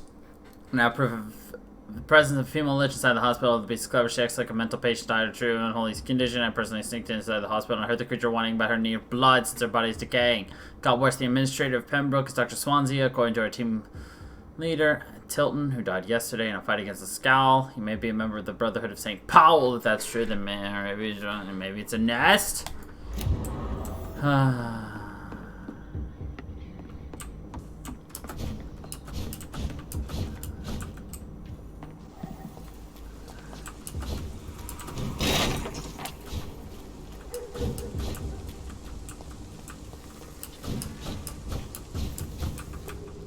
Remember how much difficulty we had with that section at level 2 or 3?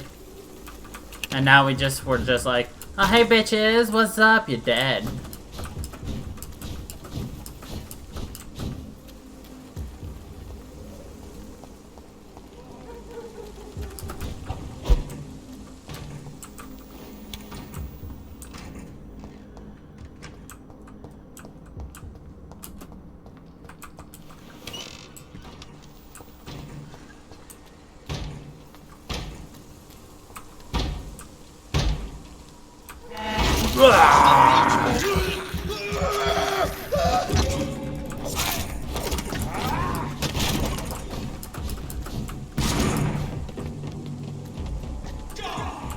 Let's pin him down!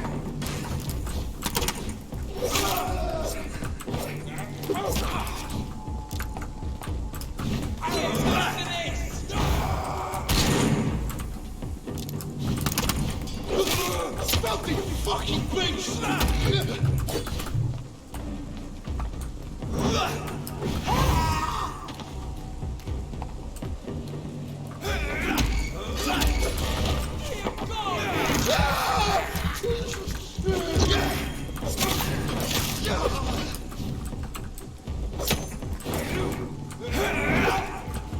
One, two.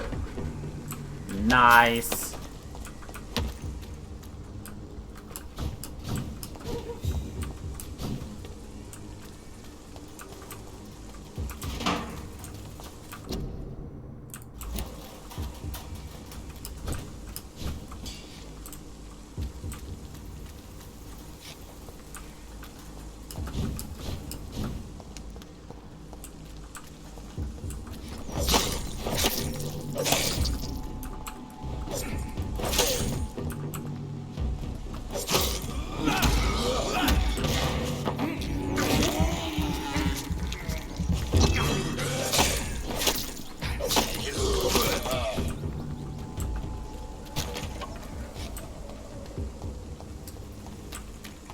More and more of these bloody leeches every night.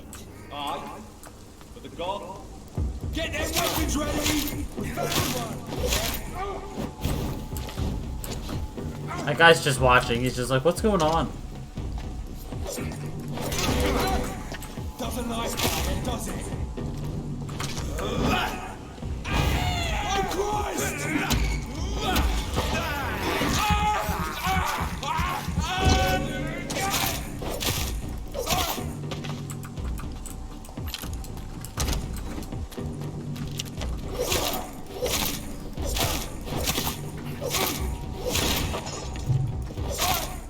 So what I really love about these crossbow guys is they clearly have flaming crossbows, right? Well, their crossbows that they're shooting are flaming, and yet once you've been hit, once they shoot it, nothing happens.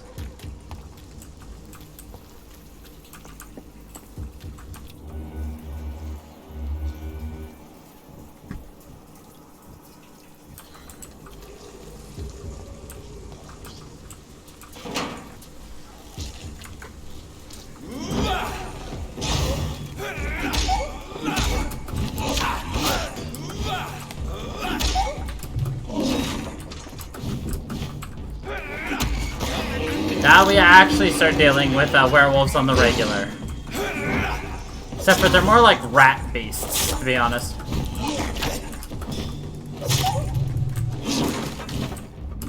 Ah, shit.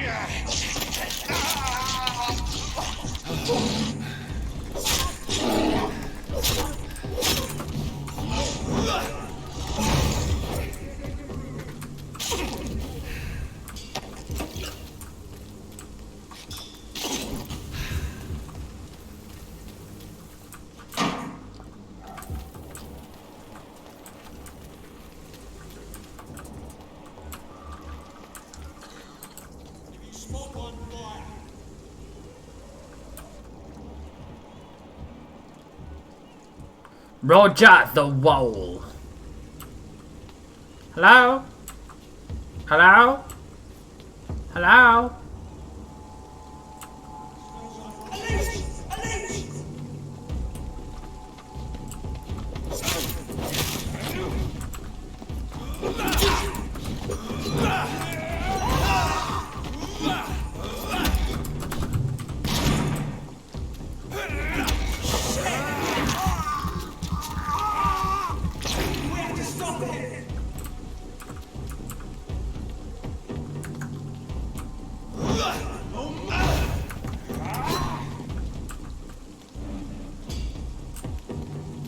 I love how they keep getting bored of us.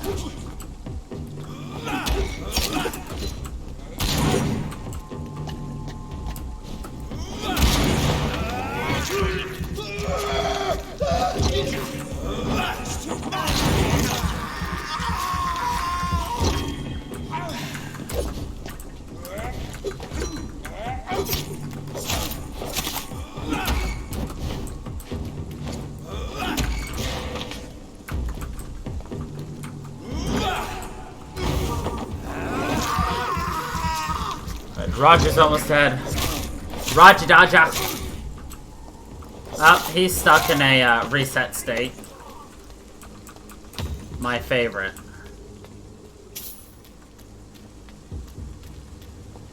Let's pin it down!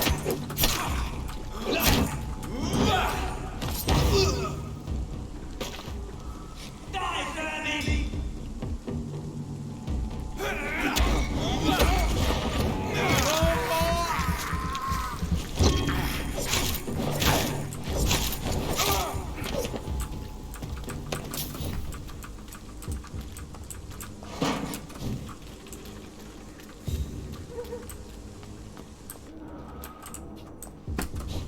Okay. La da da da da. La da da da. Whitechapel.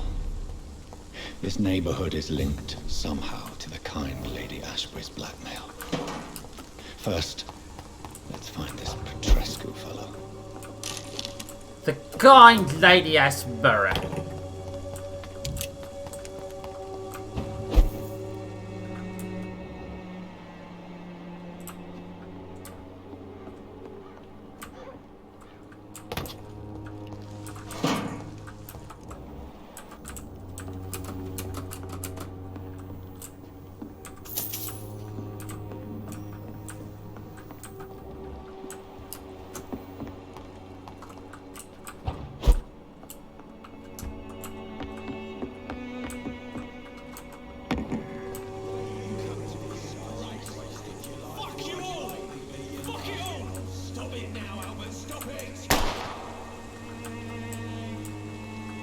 I think Albert's dead. Not me. Are you all right? The bastard hit the wall next to me. I don't even know if he meant to miss. If you've been hurt, I can help you. I'm a doctor. Name's Albert. Remember it. Now bugger off. I found the recruiter you were expecting. He's dead, but he carried a note. The Wet Boot Boys have accepted your application. I knew it! I told you I was tough enough. I'll be free soon. This note was found on a dead man, Albert. If that doesn't change your mind, then you must be ready to face the risks. You're all fancy words, none of which concern me. Go worry about someone else. I'm fine and I have a future here. I'm fine. Do you know Nurse Dorothy Crane from the Pembroke Hospital? If you know anything about her, I'd appreciate it. Never heard of her. If she's pretty, I'll keep an eye out. If she's pretty, I'll keep an eye out. What happened? Did you really steal that man's medication? Hey, I didn't do anything, it ain't me. I didn't do anything. All right. Perhaps the poor drunk just confused you with someone else. Sod off, mister. You ain't got no clue what's going on here. Bastard was a soldier in the war, so now he's got the right to shoot me. It's true. I'm not familiar with this part of town. Perhaps you could help me. I said sod off. Go find yourself another guide. Sod off. Goodbye, young man. Boots will be proud of me. Young man. Are you listening to me? I said young man. Shooting a boy in the middle of the street. Not the best thing to do, wouldn't you say? What? You saw what happened? Who are you? I'm Dr. Reed, and I'd like to ask you a few questions, if you promise me to set your gun aside. No. Look, I'm not a violent man. I'm Benjamin Palmer, doctor. And no one can help me. Not even you. Do you know Nurse Dorothy Crane from the Pembroke Hospital? Have you heard anything? It's funny, I've been searching for her too. I need some pills. But the woman is a phantom, if you ask me. Really? And why is that? Word is she ain't real. She's a cover for some doctor who runs an illegal dispensary for migrants. Is that for muggles? What can you tell me about this place? Nothing to say, really. This is where I used to live. This is where I live now. It's where I used to live and where I You don't live have now. anywhere to go? No family that would welcome you? Not since the death of my wife. Albert's mother. She was sick, you see. Long before the flu and all this shit. You mean you used to have a better life? Yeah, I had a wife, a home, and a job. I even used to have a name. Now I'm just Ben. Ben the Tramp. Ben the Tramp. Perhaps you could focus for a moment and tell me your troubles. I'm sick, broke, and my son just stole my pills. Everything's coming up roses. Whatever the boy did, I'm sure he didn't deserve a public execution. I swear I didn't want to hit him. It's just that I'm sick in the head, you see, and the boy just frayed me last nerve. He just frayed me last. What is it, Benjamin? It was the war, wasn't it? Your nerves are shot, aren't they? I need some answers, Private. From one soldier to another. The doctors called me a liar, a coward. Put me in a straitjacket, locked me up. Finally, they sent me back to the front lines with a handful of tablets. Oh, they handful of tablets. It's a pity that doctors still practice such barbaric methods. It's a dishonor to our profession. He is Now being only a the sleepy pills floof. stop me thinking about this shit. To not hear the explosions. I'm even scared of the dark these days. It's such a shame how much A wars gun, really fuck alcohol, up people. and a bad temper make a terrible cocktail, sir.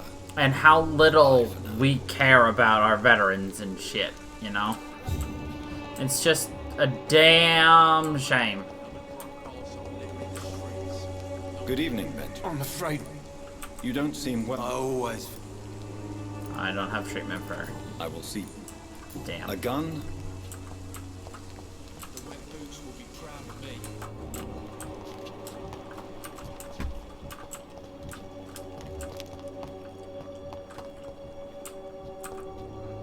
How are I'm not your... Do you need us? Please. There you go. Let's hope nobody steals it from you. Very funny. Very funny. Goodbye, young man. Young man! Are you listening to me? I said, young man. Get yourself off the streets, I said, young man. You can get yourself clean. Ba-da-bop, bop, bop, bop, bop, bop. That's a smoker stuff.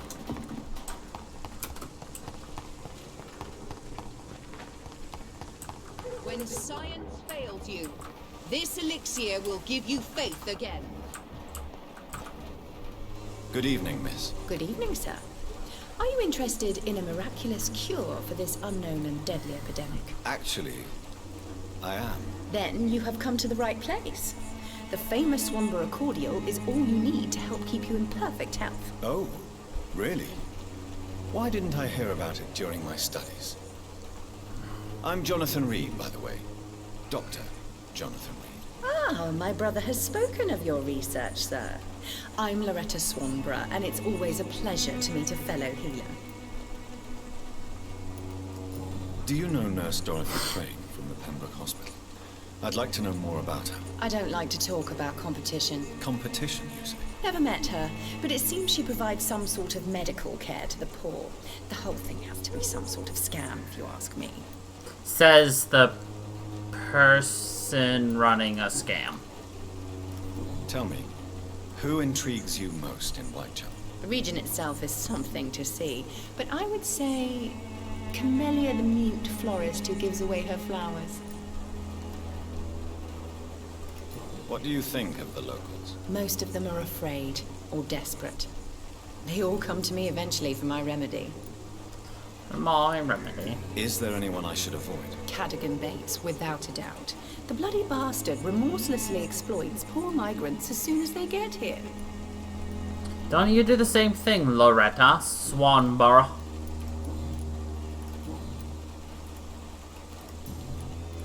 I'd like to see what kind of medicine you're selling.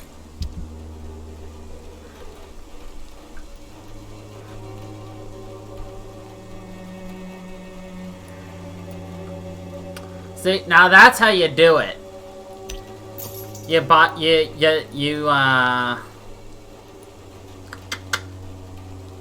get your, you print your shit in a foreign language so nobody can be like, excuse me, you're selling me poison. You're like, no, you can't read it, silly, it's Latin.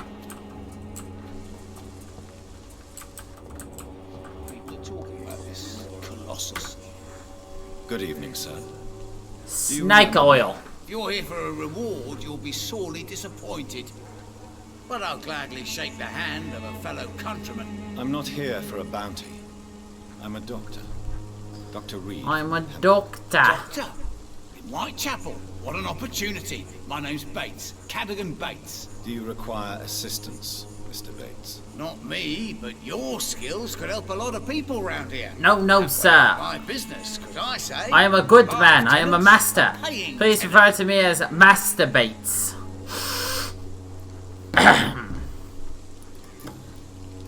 It's unusual to see someone so happy around here, especially considering the current situation. Why should I be sad now? There've always been wars, disease, tragedy. There always will be. That's an unusual way of seeing things in these trying times. I don't see why I should shed a tear for another man's woes. I'm healthy, and I intend to stay so. What help could I possibly be to your business? That's simple. I already get good money from all those fleeing the war. Can you imagine what they'd be willing to pay if I could offer medical assistance too? Mr. Bates, do not make me regret saving your life in this quarantine zone. I understand, Dr. Reed, you're from a good family. Don't want to get your hands dirty. That's fine. I'll be happy to act as your middleman. You are despicable. If I were entering into the world of street medicine, it would be on my terms and without such dubious associates as yourself, Mr. Bates. So it's a no, then. That's too bad. The Reed tonic could have really helped people, you know, save lives. Isn't that what you do? I mean, people buy that Swanborough shit. Swanborough shit? Tell me, what's your honest opinion of the increasing violence in London? People are just beginning to discover what we've always known. This city's rotten to the core. They just took their bloody time to wake up and notice it. What do you mean? People are acting like the violence is news. But it's always been savage down here. It just bubbles to the surface every now and again. What is your business, exactly? I offer fair lodgings for a modest price to the poor and weary of Whitechapel. I see. And what about those who cannot pay? Well, deals can be done, if you know what I mean. Money's not the only currency. After all, I'm not immune to a pretty face. He rapes women. In other words, you take advantage of these poor lost souls. Begging your pardon, I thought you was a man who could appreciate the complexity of the modern world. Things ain't just black and white, you know.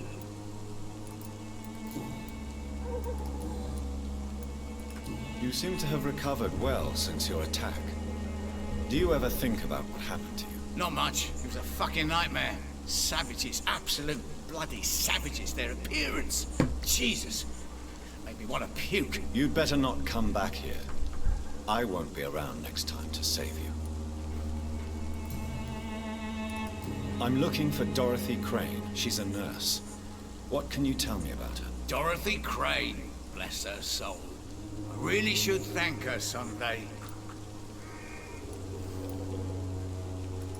Tell me truthfully, why are you so thankful? By keeping my tenants alive, she's making me a rich man. Every month they live, it's more coin in my pocket. It's more coin in my pocket. Has she treated you? No. When I need a checkup, I'd go to a bloody doctor, not some back alley clinic full of sick foreigners. Jesus, dude. Goodbye, Mr. Bates. Evening. Master Bates. Since I took an oath. Well, seen better. Infecting you is probably the last thing on these people's minds. Take this, in any case. What? You give me this for free? Don't have a clue about this place, do you? Goodbye, Mr.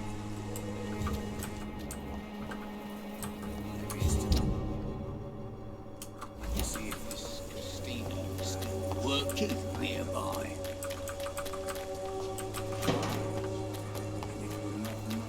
A lot of people are talking about this.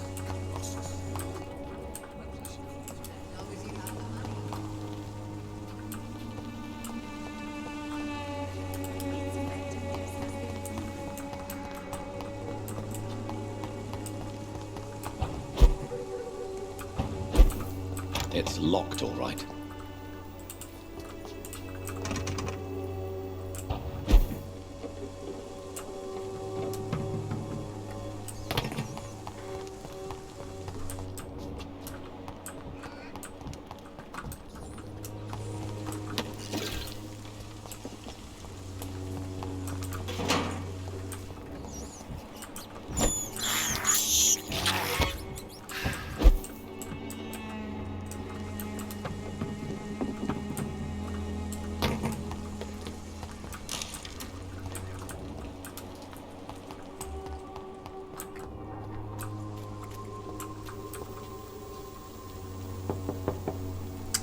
Hello, young man. I'm Dr. Reed, and I would like to ask you a few questions. May I enter, please? Sorry, no, sir. My father does not like people entering our house, you see. Your father is worried about you, boy. He asked me to look for you. So my father actually worries about me then? Okay then. Come on in. I'm Harry, by the way. Harry Potter? Pain and suffering in this world.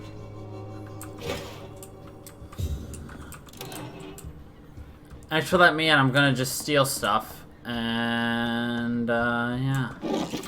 Boy, this is why you don't let strangers in your house.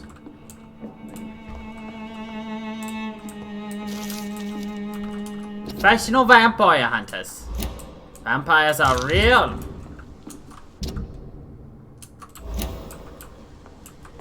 It's locked, all right. Nah, vampires ain't real.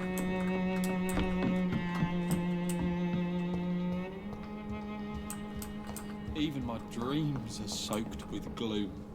God, I don't want to talk to you, kid. So, may I ask you a few questions? I'm not bothered. What could be worse? Life. Do you know Nurse Dorothy Crane from the Pembroke Hospital? I'd like to know more about her. Yes, I know her. She came here to examine me when I was very sick. She said I should go out more. She said I should go out more. But, I don't go out anymore.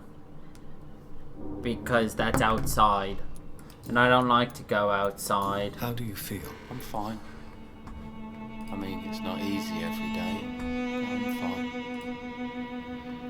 I'm just tired of being sick all the time. It's not easy. Maybe I could be tough, like. Being green. Well, you know. Speaking of which, what can you tell me about your father? My father is an idiot who makes idiot things. That's all I have to say. My father is an idiot who makes idiot things. Forgive my bluntness, young man, but you don't seem happy living in Whitechapel. Why should I? I never wanted to come here in the first place. It was my father's decision. And look around you. Does this look like a nice place to live?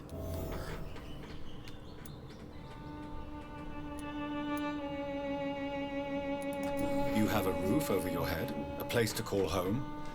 Many people here are not as lucky, you know. That's exactly what my father says.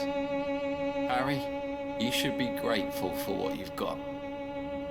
I wasn't even consulted when we moved here. If life here is so terrible for you, why don't you just leave this place? Have you ever spoken to your father about it? I don't go outside. It terrifies me so. I went outside once without my father noticing and I saw terrible things. I went outside Bloody, once. frightening things. Never So again. that's why you stay at home all day? 0 out of For fear 10. of the epidemic? I'm not afraid Would of not disease recommend. or death, Dr. Reed. It's the living I'm afraid of. The living are the true monsters in life. Would it ease tensions with your father if he got an honest job? Because he tried, you know. I can't say. I'd be glad if he dropped his thuggish activities. But I'm not sure it would be enough. Why is that? Sometimes I suspect it's me, Dr. Reed. Or it's this life. It's like I can't find my place. It's like I'm lost and I'm just always wondering. Do you need any... Yes, I do. You'll feel better with this. But you need to get a grip, young man. Medication alone won't cure melancholia. I'm not sure I'm happy with the idea of living long in a world like this. Same, bruh. But I thank you for your concern, sir. Goodbye. Goodbye, young man. Are you listening to me? Oh my god, shut up, kid.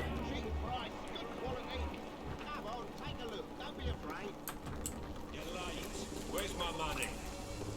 Welcome, sir. Please, take a browse of my wares. I'm Dr. Reed. I would like to ask you a few questions, if you don't mind. Doctor? Interesting. I'm Barrett Lewis. Usually I don't have time to waste with talk, but at this hour of the night I can hardly refuse. Have you heard of a nurse called Dorothy Crane? Nurse Crane? So the bitch really is a nurse, then? Always thought she was just some crafty foreigner, that one. A crafty foreigner. So she's trying to help her fellow immigrants. Why would that make her a villain? Dorothy Crane ain't even a real name. Something like Dorothea Craniu. Something like that. Came to England fleeing the war, I was told. That doesn't explain why she irritates you so much. Your precious Nurse Crane gives away medical supplies and prescriptions for free. I offered to sell it for a fair cut, but no. Miss Crane wanted to play the quiet saint. How is business around here? Business? I have no business. Between this racket, theft, and customers getting scared, I'm losing money every day. I see. Sounds like you blame someone in particular for your situation. It's no secret Joe Peterson spends his time harassing merchants. But with me, he's trying to put me out of business once and for all.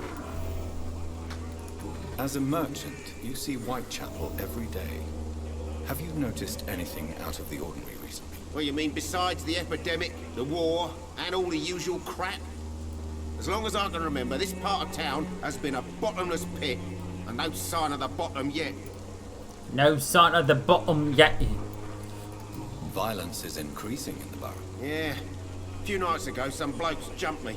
Came out of one of the condemned workshops. Fever, madness, something like that. Where did this happen? Why did you go there? In the closed workshops nearby. I worked there as an apprentice in better days. Now I only go to find trinkets or tools. Too bad I was mugged, though. There was good money in that little box of loot I lost. Have you been hurt? No, but that's only because I ran like hell. Those men were raving lunatics, I tell you. Not even able to speak anymore, just screaming. Right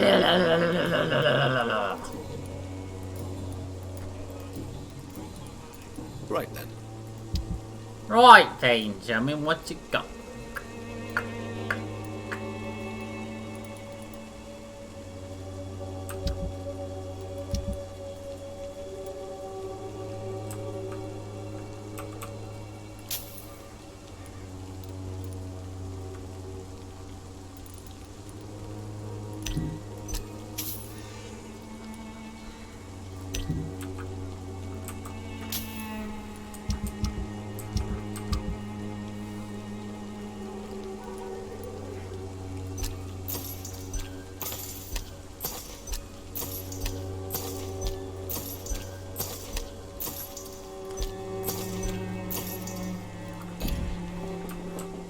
pay, one way or another. Excuse me, sir. I have a few questions for you. Another journalist? I didn't answer the first one, so piss off. I'm not a journalist. So I'm a doctor. piss off. It's quite a rare breed in this part of town. Really? But still, here I am. Dr. Jonathan Reed, at your service. I'm Joe Peterson to some, but Colossus Joe to most. And I don't remember asking for your service, sir. Have you heard of a nurse named Dorothy Crane? She's a colleague of mine, and is supposed to live around here. Dorothy Crane? Yeah, I know her. One of the few good souls who dare to help the sick around here. Could you please tell me more about her? She's a nice girl. Tries to help the migrants. I offered to give her a hand, but she said my reputation would attract too much attention. May I ask what you do around here? I do whatever I want, and sometimes even more. Now sod off. No, sod off. According to you, physicians are scarce in this part of town. Why is that? Not familiar with this neighborhood, are you? I guess your fancy colleagues are too afraid of being stabbed in the back. This part of town does have quite a reputation. Would you say it's justified? Totally. Look at me, for instance. I always look my opponent in the eye before knocking him out. How did you become the local bully everyone is afraid of, Joe? There's no pride in roughing up poor bastards. But this is the only job I've found. And it pays well, too. A job? So you're racketeering for someone else? I got enlisted by the Wet Boot Boys, a gang from the docks. I'm their muscle for their dirty work.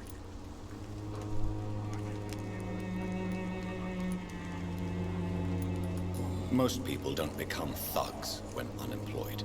This is a choice you've made. I don't care what you think, sir.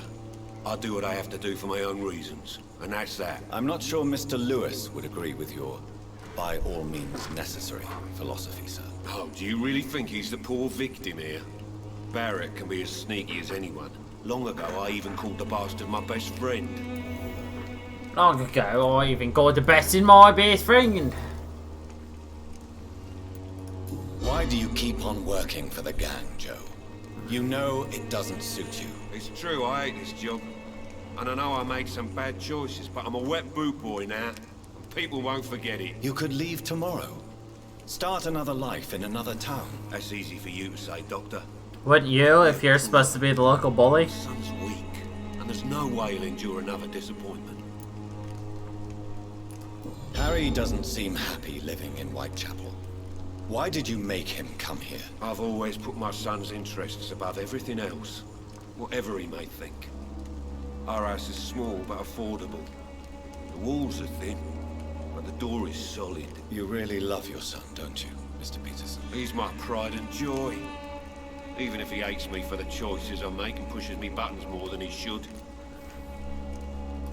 Since the criminal nature of your job means you could be arrested, are you not afraid of what would happen to your boy if you were? No one will ever take my son away from me. If that ever occurred, I'd hunt the bastard down and rip off his head with my bare hands. With my bare hands. Do you have any regrets? Only one. Not to have my beloved wife by my side. She died when Harry was little. My sweet Jane. She gave the boy confidence.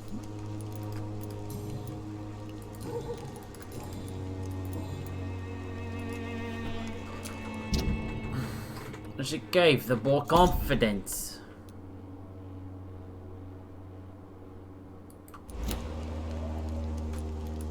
Goodbye.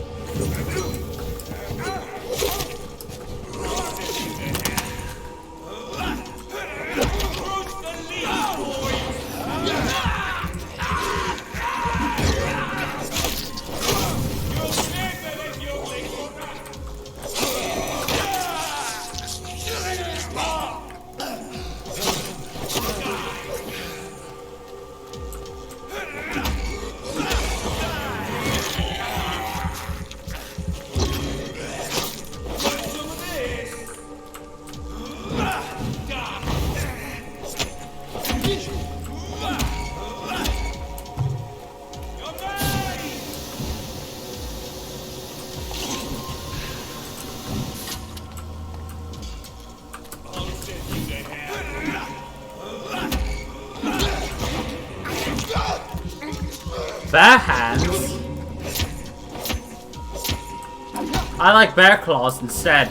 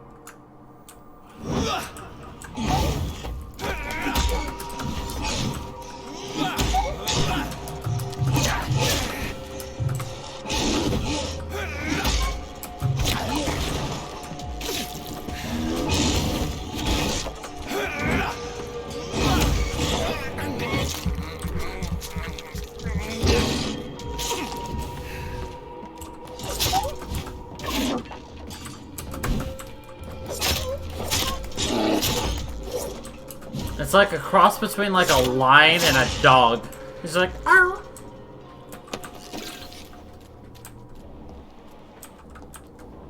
It's just like, I. Yeah, hit her. Hit a bitch.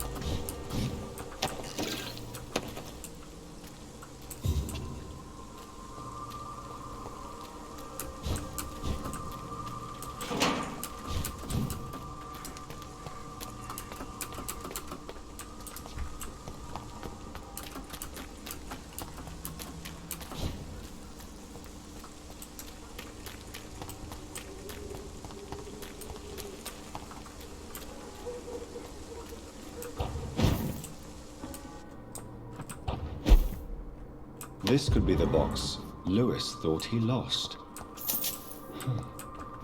There's a letter inside.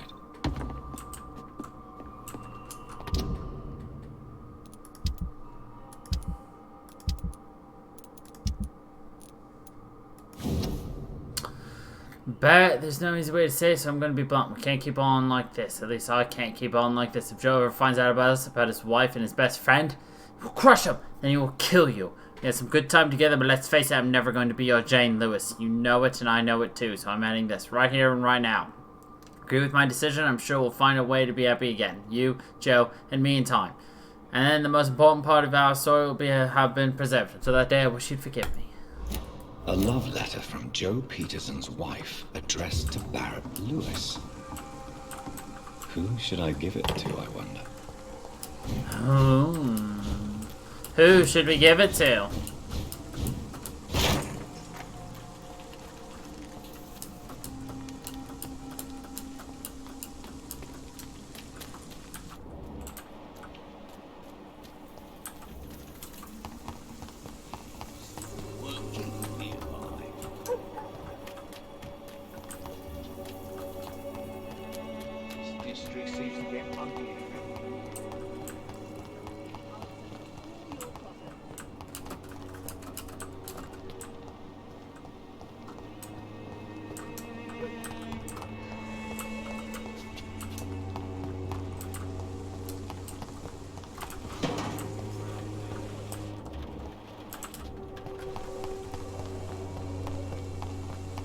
No.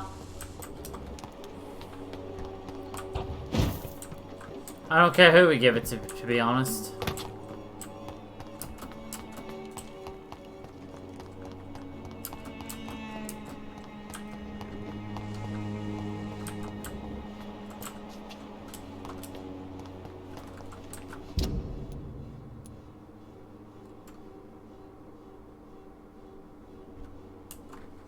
Oh, that's where it is.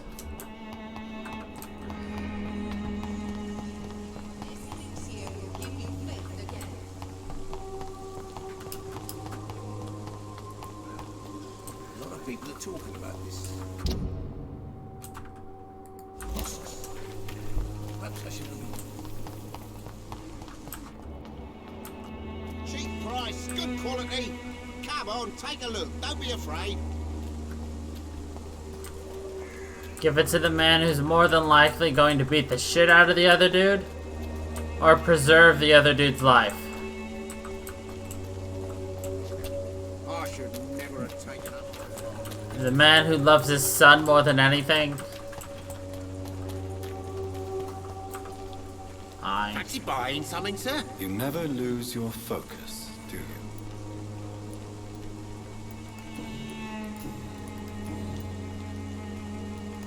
Joe Peterson. He's the villain here, isn't he? But you seem to know each other. I've known Joe for years. I saw him box once or twice. He was a friend then. But these days, he's just another thug. He's just another thug. What can you tell me about Mr. Peterson? Besides his behavior toward you, obviously. Colossus Joe was a decent boxer. Good one, even. But after his wife passed away, he found every excuse to stop training. Just wanted to pick fights with everyone. It's never easy to find a new path in life, especially after the loss of a loved one. But crime is certainly not the best option. We've all had some rough times, haven't we?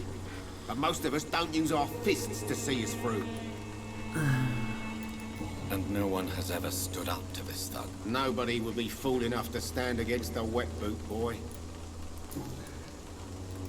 Barrett, you had an affair with Joe's wife, didn't you? Yeah, I did. She's the only woman I loved. My first regret is that she stayed with Joe after Harry was born.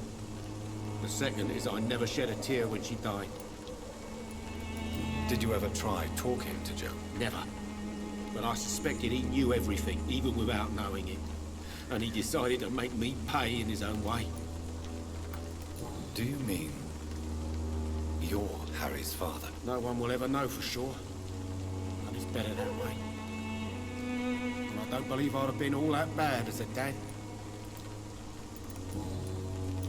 What do you know of Harry Peterson? The boy seems so fragile. Not like his father at all. Harry's a good boy, but he spends most of his time complaining. He's had it tough, all right, but he needs to grow a pair. What troubles him exactly? But despite being his father's son, almost everything, I think.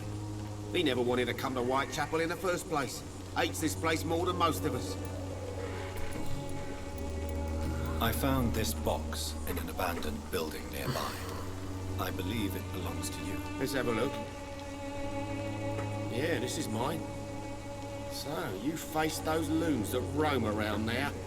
Extraordinary. I suppose I was lucky. Luck is a commodity round here. Yours should be properly rewarded. About this package, it's not just tools and trinkets, is it? I don't want to be rude or anything after your kind gesture, but it's none of your business.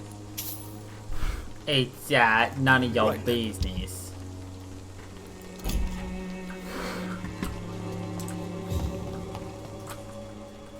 You again? What do you want this time?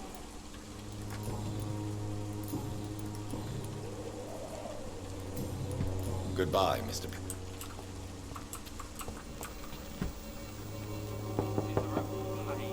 Good evening, Harry. Sure. Good evening, Harry. Sure. Suffering in this world. So, I'm not bothered.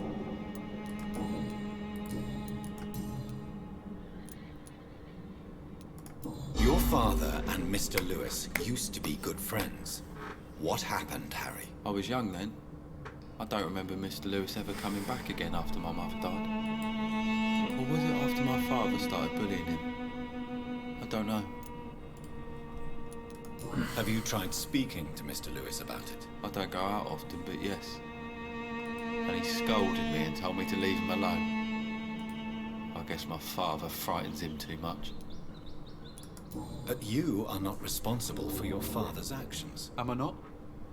Dad always says that he joined that gang for my safety. So if I wasn't born, people wouldn't be worrying about Colossus Joe. Do you remember when Barrett Lewis was close to your family? To your mother? Not really. I was too young. But I remember it was a happier time. Mr. Lewis was funny. He often had dinner with us. Why are you sad then? Because it hurts to remember a time when my father used to laugh and smile. It hurts to realise he's as sad as me now. How was he towards you? He was nice, I guess. He never forgot my birthday. He always offered me books. I liked books. I liked books. Goodbye, young. Even my dreams are soaked with glue.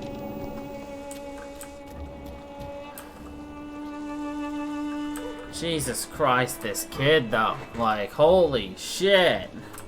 Even my dreams are soaked in gloom.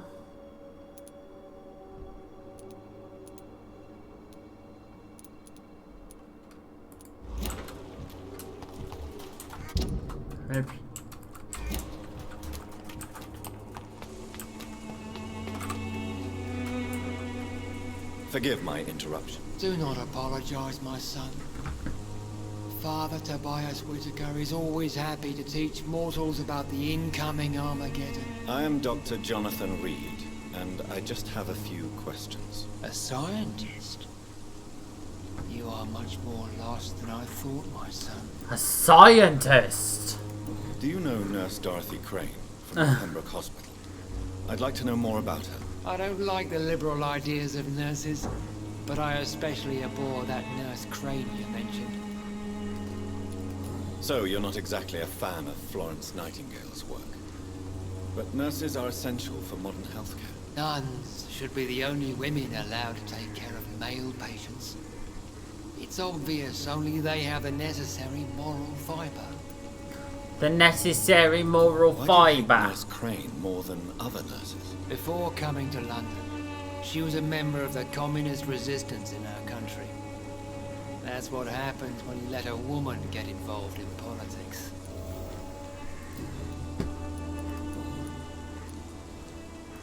What do you mean when you say that I am more lost than you thought? All scientists are entangled in a world of causes and consequences. And most of them can't see the plain truth. Quite a judgmental opinion, if you ask me. But what do I know? Blinded by science as I am. Well, you are seeking answers, aren't you? Answers about the Armageddon about to strike the city. Answers about the hidden truth. The hidden truth? I am. But the answers I seek are based on facts, not superstition.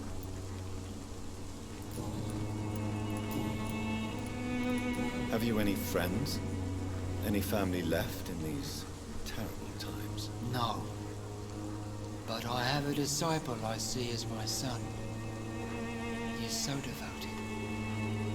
I sent him to preach the good word in the heart of this corrupted city. Where did you send him? I sent Samuel to the Stonebridge Cemetery, where the pestilence and evil grows night after night. You sent him on some preaching crusade during the epidemic. As a true believer, Samuel will fear no evil while he walks through the valley of the shadow of death. I have heard enough of it. So you sent the person you consider your son and the closest member to your family essentially to his death. Good job, mate. Good job.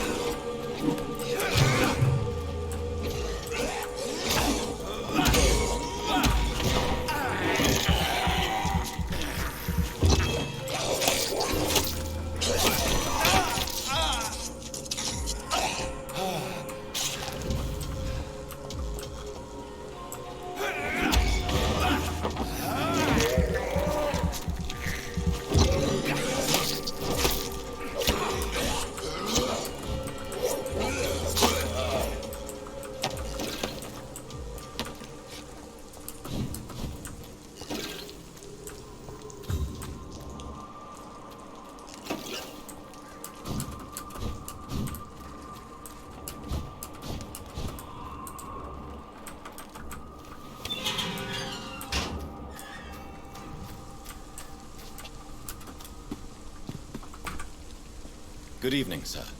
I'm Dr. Reed. I would like to ask you a few questions. Please be my guest. Although I may not be the best informant regarding this part of town, my words speak about that which the eyes cannot see. Really? Are you an artist of some kind? I'm a poet. All the screams. Richard Nethercott, at your service. Richard Nethercott! May I ask what you're doing at this hour of night, sir? Do you live here? Not at all. I'm just enjoying the pleasure of a quiet walk. Though night talks are always preferable, if you ask me. Especially with strangers. But are you not afraid of the epidemic? Oh, why should I? I see some equity in the Spanish flu. No flesh should be saved, say the scriptures. Good or evil, rich or poor, all are equal in the eyes of the flu. If you say so. But as a physician in a time of epidemic, I must caution you to avoid unnecessary exposure, sir. Thank you, Doctor. But we both know the seeker of truth has to go boldly where the weak dare not. Are you aware that your life could be in danger in this part of town? But this is where I must be to feel the real beat of the city. I had to come, see it for myself, alone. I understand your need for solitude, but it's not safe around here. I don't care. I don't have many friends, Doctor. I don't and my care. family despises me. If some misfortune came upon you, who would be here to help you? Well, you, for a start, my dear Doctor. What are your thoughts on the terrible situation in this city? Terrible, you say? No. Of course, the death of so many innocents is a tragedy, but the scourge has not been all bad for the city. Oh, no, sir. What are you talking about? Do you remember London before the flu? Noisy, cacophonic, quiet nowhere to be found. And now, listen to this oddly peaceful silence. Yes. The enjoyable silence of the grave. You have a unique perspective on the situation, I must admit. Most people fail to understand my perspective. I don't blame them. But how could I call myself a poet if I veiled my feelings? If I veiled my feelings. Tell me, Mr. Nethercott, why seek inspiration in Whitechapel? The place is not beautiful per se, but how to explain it? Stirring and challenging. Stirring and challenging. Do you not think it a little morbid? On the contrary, sir. Whitechapel is full of life, full of beauty. Just like my dear muse, the wonderful Camellia. What can you tell me about Camellia? Not much. And that's the beauty of it. She can't speak, you know. She's a locked mystery who exhales kindness and sweetness. Perhaps you're just afraid to find out the truth about your muse. One day, perhaps, I'll ask her to come with me. But will she still be my wild flower of Whitechapel if she moves uptown? And have you ever tried to learn more about her? Where she lives? How she survives? Whom she may know? Maybe I prefer she remains an enigma. Reality can be so dull, don't you think? Reality can be dull. I prefer just to stare at women from a distance. The struggle by gaslight, the barren smiles, and the added hunger under the rain. If you say so. Such vibrant antagonism and vivid paradox. The stripped humanity raged across each street. Vivid, of course, yes. And what about the poignant distress? Oh yes, the poignant distress. You see what I mean, don't you? That's what I want to write about, and that's what Whitechapel is made of. That's what Whitechapel is made of. I'll leave you Here's what the normal people call crazy.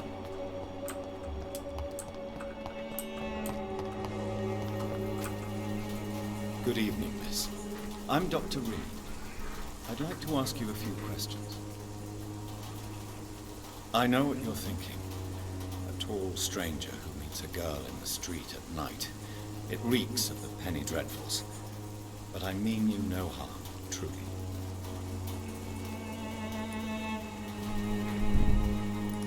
I know you understand what I'm saying.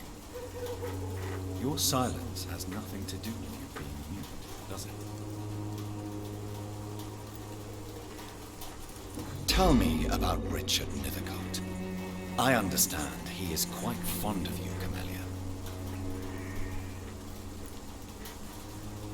Well, she definitely told us a lot.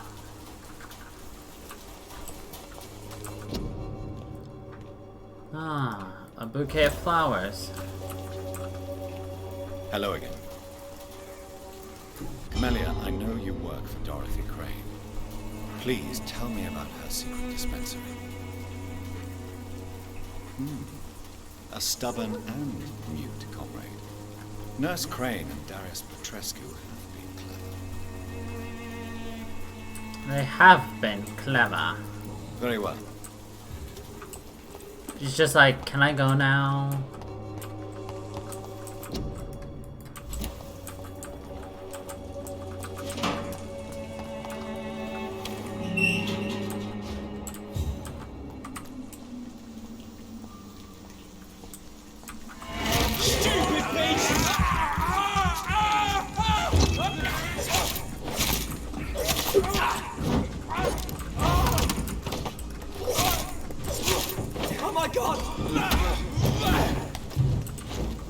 I love how they're surprised when I kill people. They're like, oh my god, he's dead!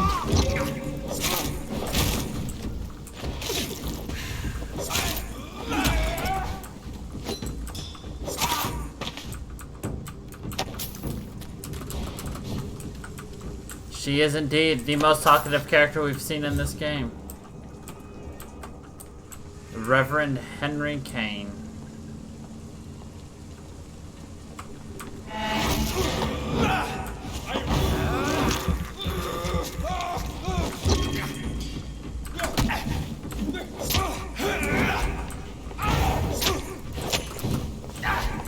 The power of the Lord commands you!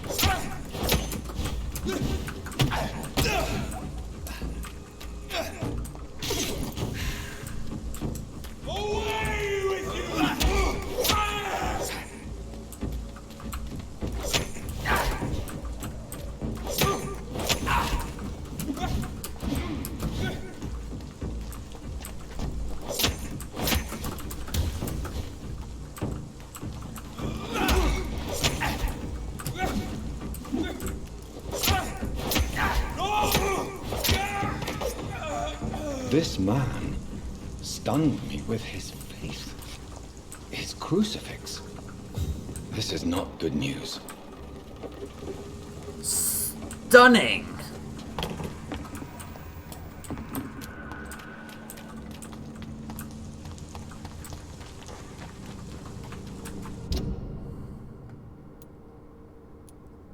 Why do I have random custom markers like all the way up there?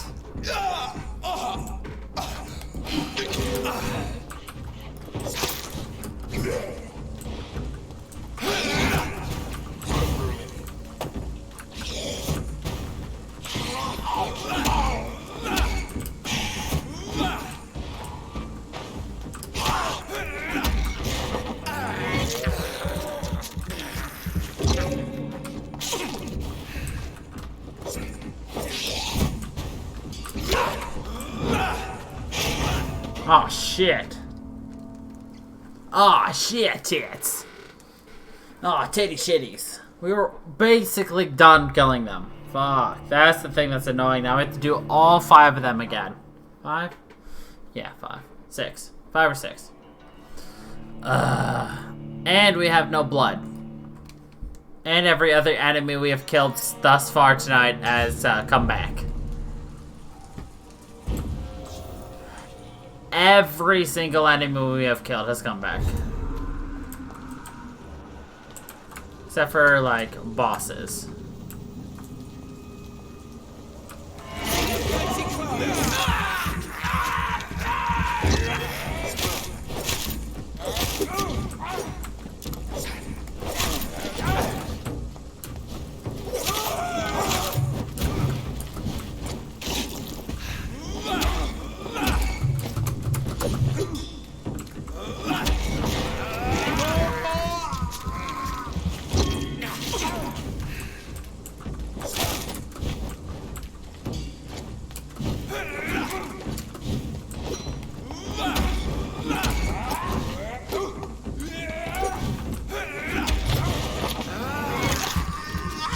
There we go.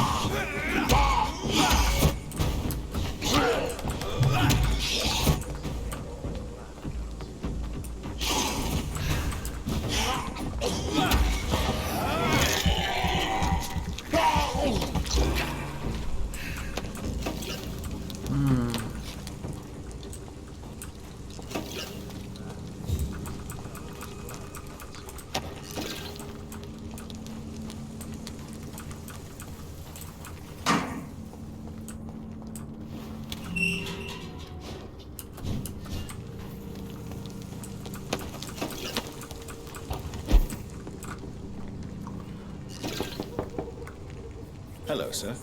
Sorry to disturb you at this hour.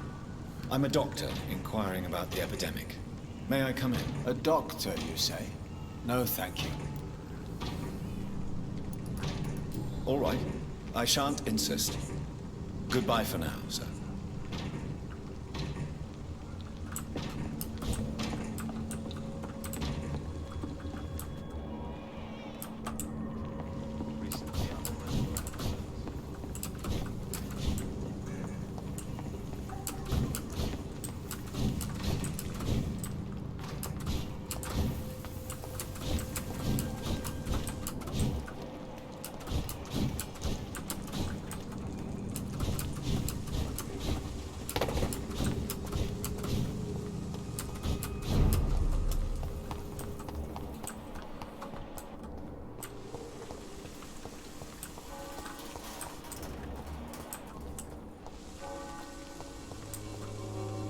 I think this is a good place for us to call it for today before we go talk to more people, learn more story, do more side quests, and continue through the game. So, yeah. Thank you everybody for watching. I hope you all enjoyed. Tune in tomorrow for, Deus Ex, the original, but modified. Anyway, thank you everybody for watching. I hope you all enjoyed. Hey, until the next time, everybody, stay funky, people.